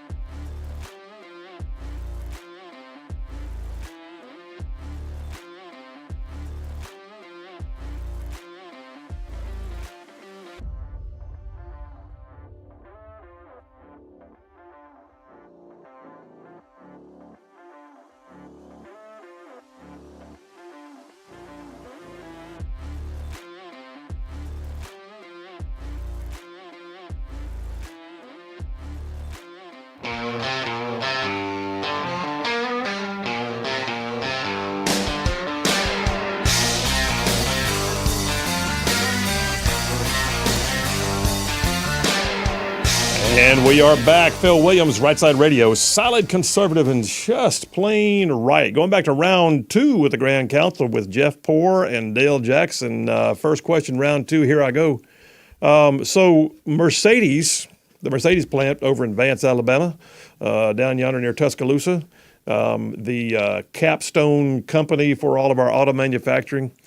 Talk right now, the UAW wants to unionize it, and dang, if that didn't draw a response from the Business Council of Alabama, you can tell they don't like that idea. Your thoughts, are we going to see unionization when they couldn't even get like the Amazon and the Starbucks unionized in Alabama? Are we going to see Mercedes go union? Dale? Well, I mean, you might want to look at what happened with UPS. They just laid off 12,000 people after a big union win. On that front, the push against unionization is going to continue in Alabama. That's one of the draws here.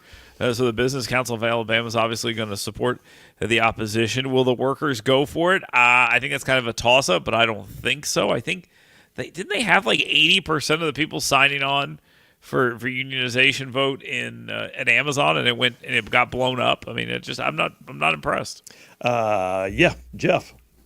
Yeah, DOA. I just like I said, down the road, that Amazon, probably 15 minutes from Mercedes, where they voted against the union. It's just not there. And I think the main story here is not necessarily the unionization, but just how anti-union the governor, BCA, and all of these so-called like Chamber of Commerce kind of entities are really rallying against unions. Yeah, and it doesn't help that the UAW just endorsed Biden and here we are, a red state. I don't think that's going to fly with some of the rank and file workers if they recognize who the UAW is. But I really don't think it's going to happen. But I have been impressed, to say the least, with the amount of pushback that it immediately got from what I would call the muckety mucks in the state of Alabama, including the governor, who doesn't speak out on a lot, it seems like. All right, Dale, what you got? AL.com continues to push their, you look at these poor prisoners. All they did was have a career achievement award that got them a lifetime in prison, and now they're old and poor and they can't get out, and I feel so bad for them. Oh, please let these poor people out of prison. And it's story after story of this. Any impact here from anything they're doing right now? The blog of record right now, John Archibald goes absolutely bananas on Young Boozer. Nobody even notices except for me and Jeff Poore, and same thing with the Kyle Whitmire stuff. Are they irrelevant at this point? Are they just a news repository for talk show hosts? Well, Jeff, not that you're biased or anything, but tell us what you think. No, I don't think. I think they're just doing the bidding of like their left-wing masters who are ideologically opposed to prisons, incarceration, the system, the criminal justice system. Well, yeah, Alabama. And opposed to Alabama. There you go. But that's what they're. I mean, they're not relevant. They're just you expect to hear that from them. Well, but here's the thing. I think what gets me is the broader readership, if you will, who look for a news source that talks about Alabama. They look at that, and I don't think it resonates with the state. I think they get as much traction out of people from out of state that want to read those articles and go, "Yeah, Alabama." And here in Alabama, everybody's like, "He executed the guy. What's the big deal?" Well, the reason I bring it up is just I like to remind people that the readership in the Alabama legislature and in the bureaucratic class is probably far higher per capita than anywhere else, and I think that's where their power lies. And these leaders need to stop talking to Kyle Whitmire and stop talking to these journalists, because all they're doing is hit pieces and smearing the state, and that just needs to be repeated over and over. I totally agree. There's a couple of those publications, AL.com being one of them. All right, Jeff Rowe, what question you got for? Oh no, I take it. Dale, you already did. Jeff, what you got? I want to go to talk about one of those publications, the Alabama Political Reporter. Oh, yay. Well, your best friends. They are obsessed with Club for Growth. And you kind of look at the way Club for Growth is reported on by those guys, by my friend Todd Stacy. I think there's like an establishment Montgomery thing that Club for Growth is this boogeyman. I don't think it really exists, and it isn't is the negative that they think it is. When I say Club for Growth, what comes to your mind? Well, first of all, we only got about a minute left, but I'll just go ahead and throw it out there. Full disclosure, I'm a Club for Growth Foundation fellow, in the inaugural class of 2020. So Club for Growth, no, they're known for being a fiscally conservative organization that is willing to go to bat for conservative principles. What's the big deal? That's why the chattering class doesn't like them. Because they dare to get involved in stuff, Dale. Yeah, I think that's about right. I mean, look, I didn't even know that they were being mentioned because I haven't looked at Alabama Political Reporter in quite some time. I see Josh Moon whining on Twitter and things like that. That's about it. Other than that, didn't know they exist. And that goes back to my further point. If you're an elected official, stop listening to these idiots. They don't matter. Yeah, there it is. Well, real quick, let me say this about Political Report. I mean, 10 Club seconds. for Growth. The big mules don't like them because they can match them dollar for dollar. They have deep pockets, and they're afraid of that. And that's exactly right. And Britt and Stacy are cheaper to buy. Advertising, of course, is what I mean. All right, Dale Jackson, Yellowhammer News and WVNN up in Huntsville. Jeff Poor, FM Talk 106.5 in Mobile and 1819 News, and just little old me. We call it the Grand Council. You guys have a great day. All right, folks, y'all stay tuned. We'll be right back.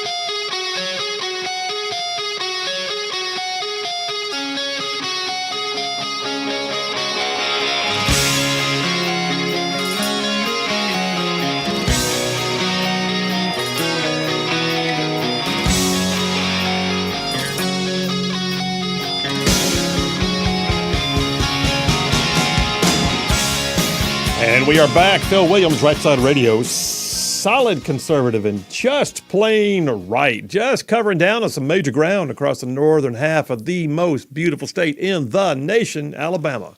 Y'all, I'm talking about this show. Whew, goes way down south of Birmingham, up north of Huntsville, Tuscaloosa, back to Gadsden, parts of Georgia, Tennessee, Mississippi. All thrown in just for good measure. Hey, by the way, tell you who else covers a lot of ground. You've heard me say it before, but it's true.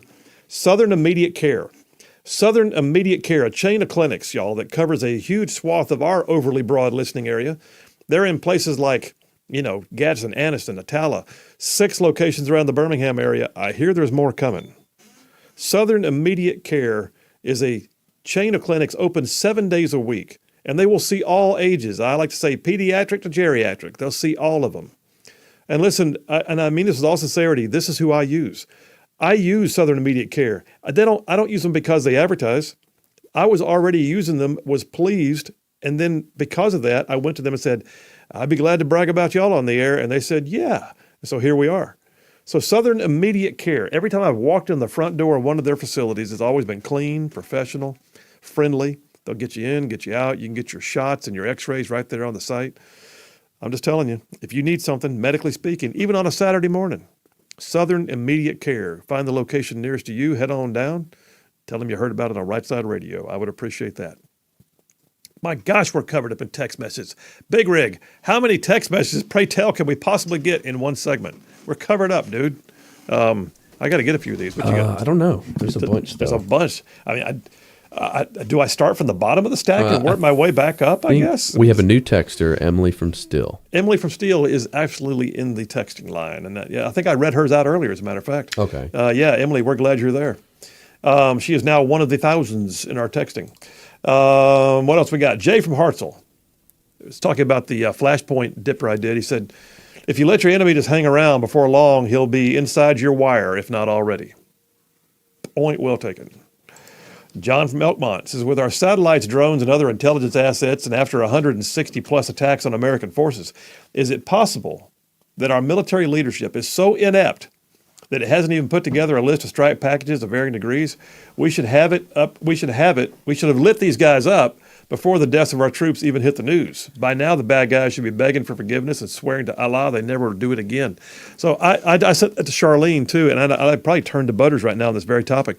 But I said to Charlene maybe this morning or yesterday that if there's not already a list of potential strike packages and target acquisition laid on, then they're just wrong. Would you not agree? So I mean, I know some things change over time, so but for perspective, I've literally been one of those guys that would have been part of doing that stuff. I guarantee you right now, those guys they're actually probably doing 12 times the amount of work that they ever would do with a whole lot of contingency planning. Just, hey, here's an option, boss. Here's an option, boss. Here's an option, boss.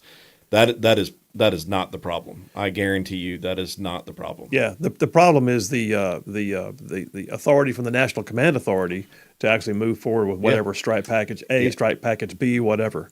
I'm sure it's the same in the ground pounder world.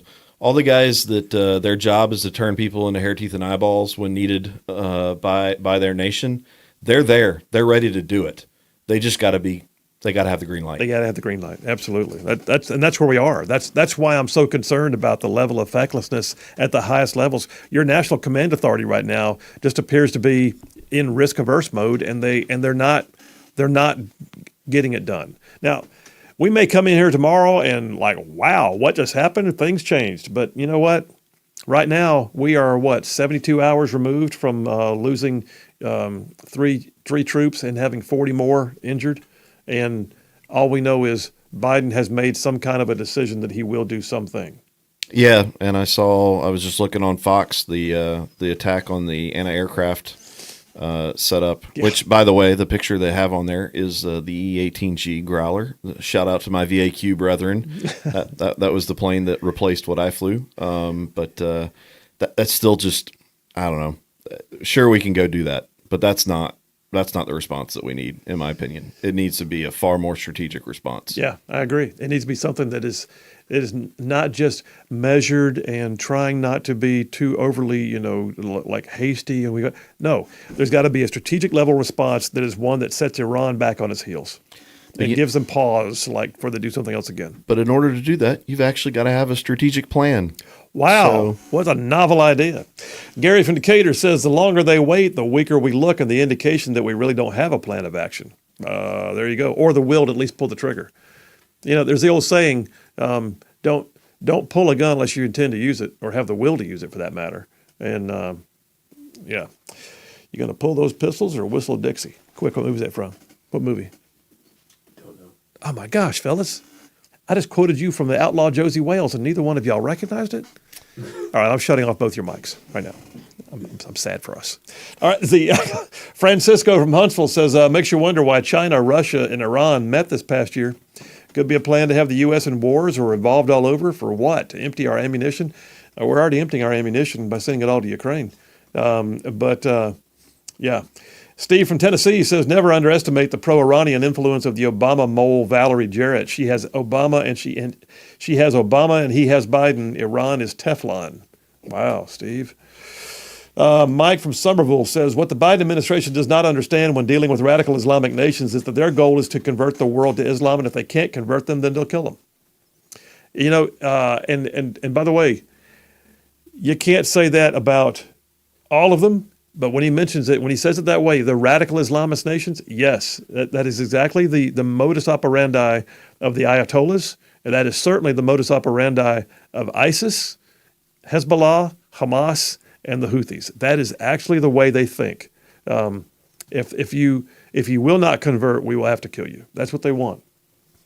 Don from Cairo, Alabama. Looking forward to, thank you, sir. I am speaking to a group of veterans Saturday morning at the Athens Veterans Museum. And he says, looking forward to seeing you at the Veterans Museum. Rangers lead the way. Rangers lead the way, Don. Thank you very much. Glenn from Blunsville.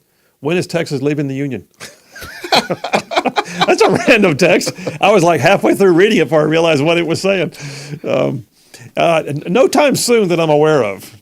But they are definitely giving the leadership in D.C. a run for their money.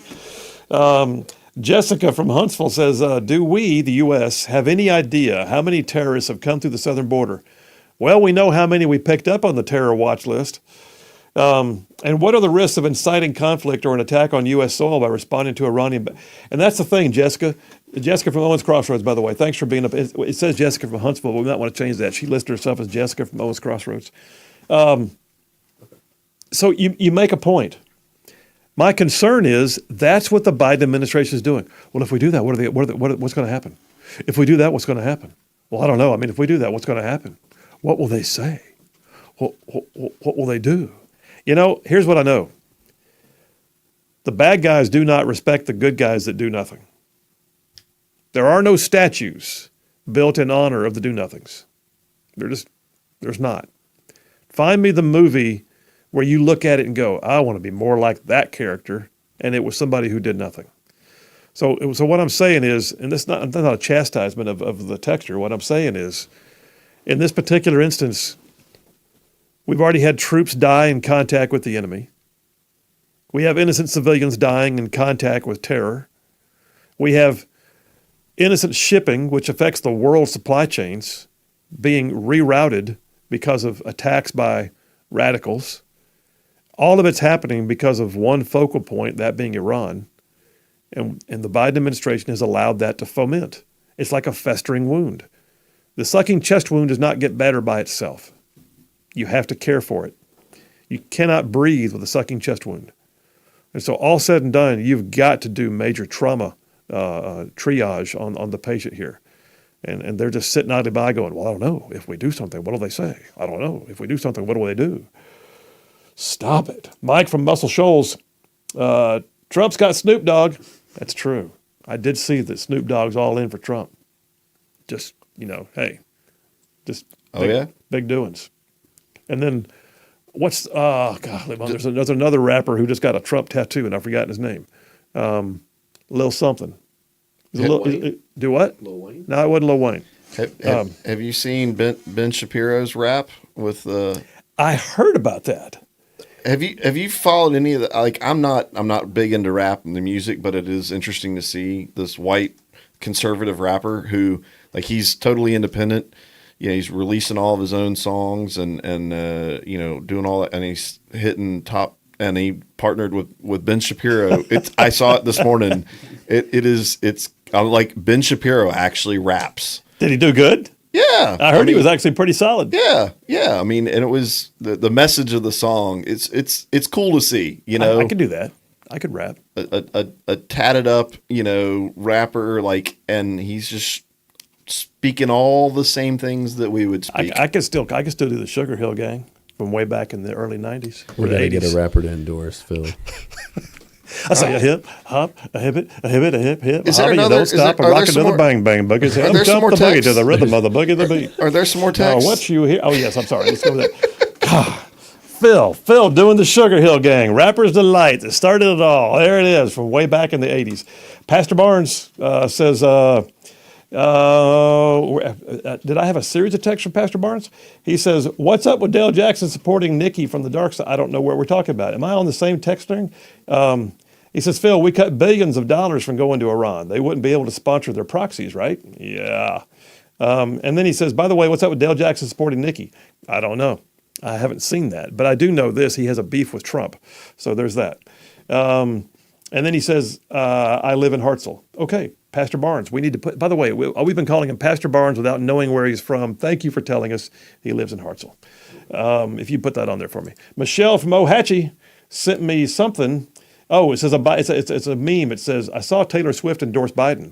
Not very surprising since 95% of her songs are about choosing the wrong guy. Nice. Nice. Yeah. But. To what you were talking about earlier. Yes. We don't need to pick a fight with her. Oh. We don't need to pick a fight with her. Sorry, Taylor. Nothing personal. Oh, my gosh. And then one more from Marshall from Dubai again. He says, wait, hang on a second. It's Marshall, I think you're texting from overseas, and it's getting like all scrambled, and I've got half text. They're like broken sentences.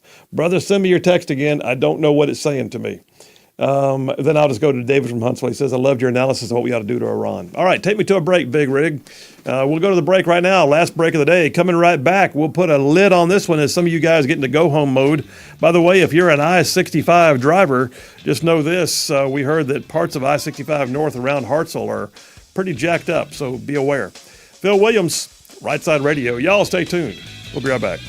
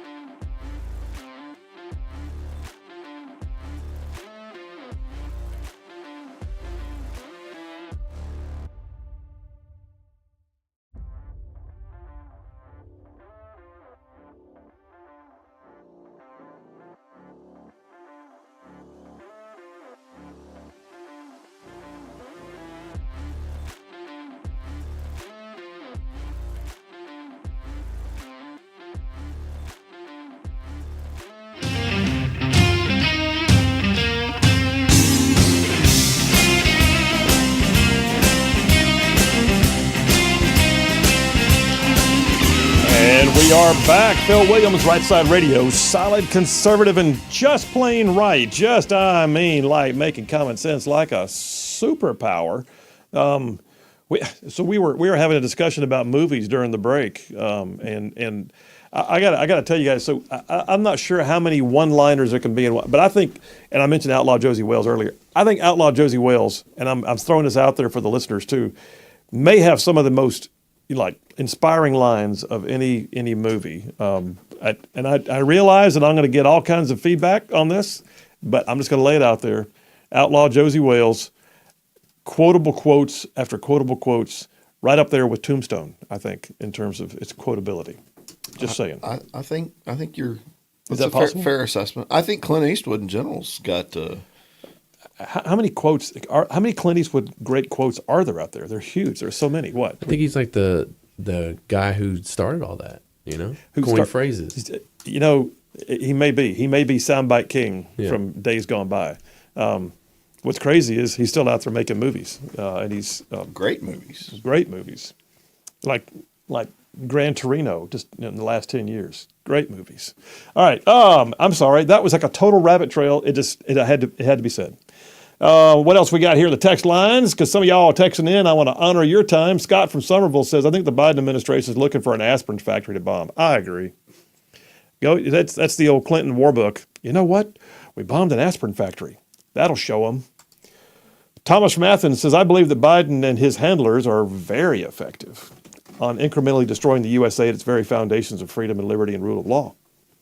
You know what? That actually may be a plan. Charlene and I were talking about that this morning. Is this intentional or just feckless? And at some point, some of it you look at, it's got to be. I don't know if Biden is. I think Biden is feckless. I think its handlers are intentional. There, I said it. Chris from Gadsden says, Phil, your radio flunkies ought to be ashamed. They don't know quotes from the outlaw Josie Wales. Bam. That's okay. He's going to watch it on his own time, and it's going to be good. I'm a little bit younger, so I should get a pass. No, man. You're a red-blooded American, a veteran. We got to get you schooled up. Okay. It's okay. I'll watch a couple movies over the weekend. We're giving you a pass right now. It's all right. Ken from Decatur, the great Clint Eastwood, probably the first right-side ruffian. He might be. I don't know. Marshall from Dubai is still texting me partial sentences. Bro, it's not coming through. Are you seeing that? Can you make any sense of it? If you can make sense of his text, read it out to me later. All right. Sorry, Marshall. Judy from Pinson, brand spanking new in the text line, says Joe Biden is a puppet and Barack Obama is the man behind the curtain. They don't want to they do want to destroy the USA. And I'd feel better, Phil, if you were handling. Handling. Okay, thank you. I appreciate that. I think that was a compliment. Thank you, Judy. I appreciate that. What? I think if he's the handler, there's somebody handling Barack Obama. Just saying. Wow. Layers of handlers. Oh, yeah. Spooky people in the background. Well, it's John Wick is working for him. How much of the staffs are the same? All I mean. Oh, that's absolutely true. He did hire a bunch of Obama secondhand, used employees. Tom McDonald is the tatted up rapper, says Mark. Yeah, Tom McDonald. Yeah. Is that it? Is that the one? Yeah. So Ben Shapiro and Tom McDonald. Yeah, go. At least go give him some views, even if you don't like his raps. I got to find this, and then I got to have my own rap video now. Is that the way it works? Yeah, so give him some views. And, Joe from Athens coming back at me. I know what that is, Joe. He's quoting me some Clint Eastwood. He said, "I reckon so." That's, and then he spits. Spits that tobacco. Just, I reckon so. Graham from Meridian. Yes, there it is right there. Dying ain't much of a living. That's the quote that I told you during the break. Perfect quote. Graham from Meridianville. Thank you. And then John from Danville, Alabama says, Outlaw Josie Wales is the GOAT. Who do you think is the best candidate for Alabama Chief Justice? Me personally, Brian Taylor. I feel that way. He's a longtime friend, and I really believe that he would make a great one. Oh, man, what a show. And it was a double dipper day. Did the grades even come in? I don't know if John from, I think there was so much happening today, we didn't even get the grades in today. But listen, I will pick up on some of this stuff tomorrow. And keep your eyes, seriously speaking, keep your eyes on the situation in the Middle East. I don't know if we're going to arrive at tomorrow without having heard that something happened. But right now, we've got nothing happening. All I do know is this. God bless our troops. We've lost 5, and we've had 40 plus wounded just in the last week. And it shouldn't have to be that way. And if it is that way because they agreed to go into harm's way, that's what we all sign up for when we do, and I get that. But if it does happen that way, well, then by God, somebody needs to be standing there ready to say, not on my watch. And that's the question I have is, do we have a not on my watch president? Or do we have a president who's too busy looking at his watch? Because that's the way it feels. Man, take that and put it on a T-shirt. Just saying. All right, folks, listen. Phil Williams, Rightside Radio. You guys have an amazing night. We'll see you tomorrow.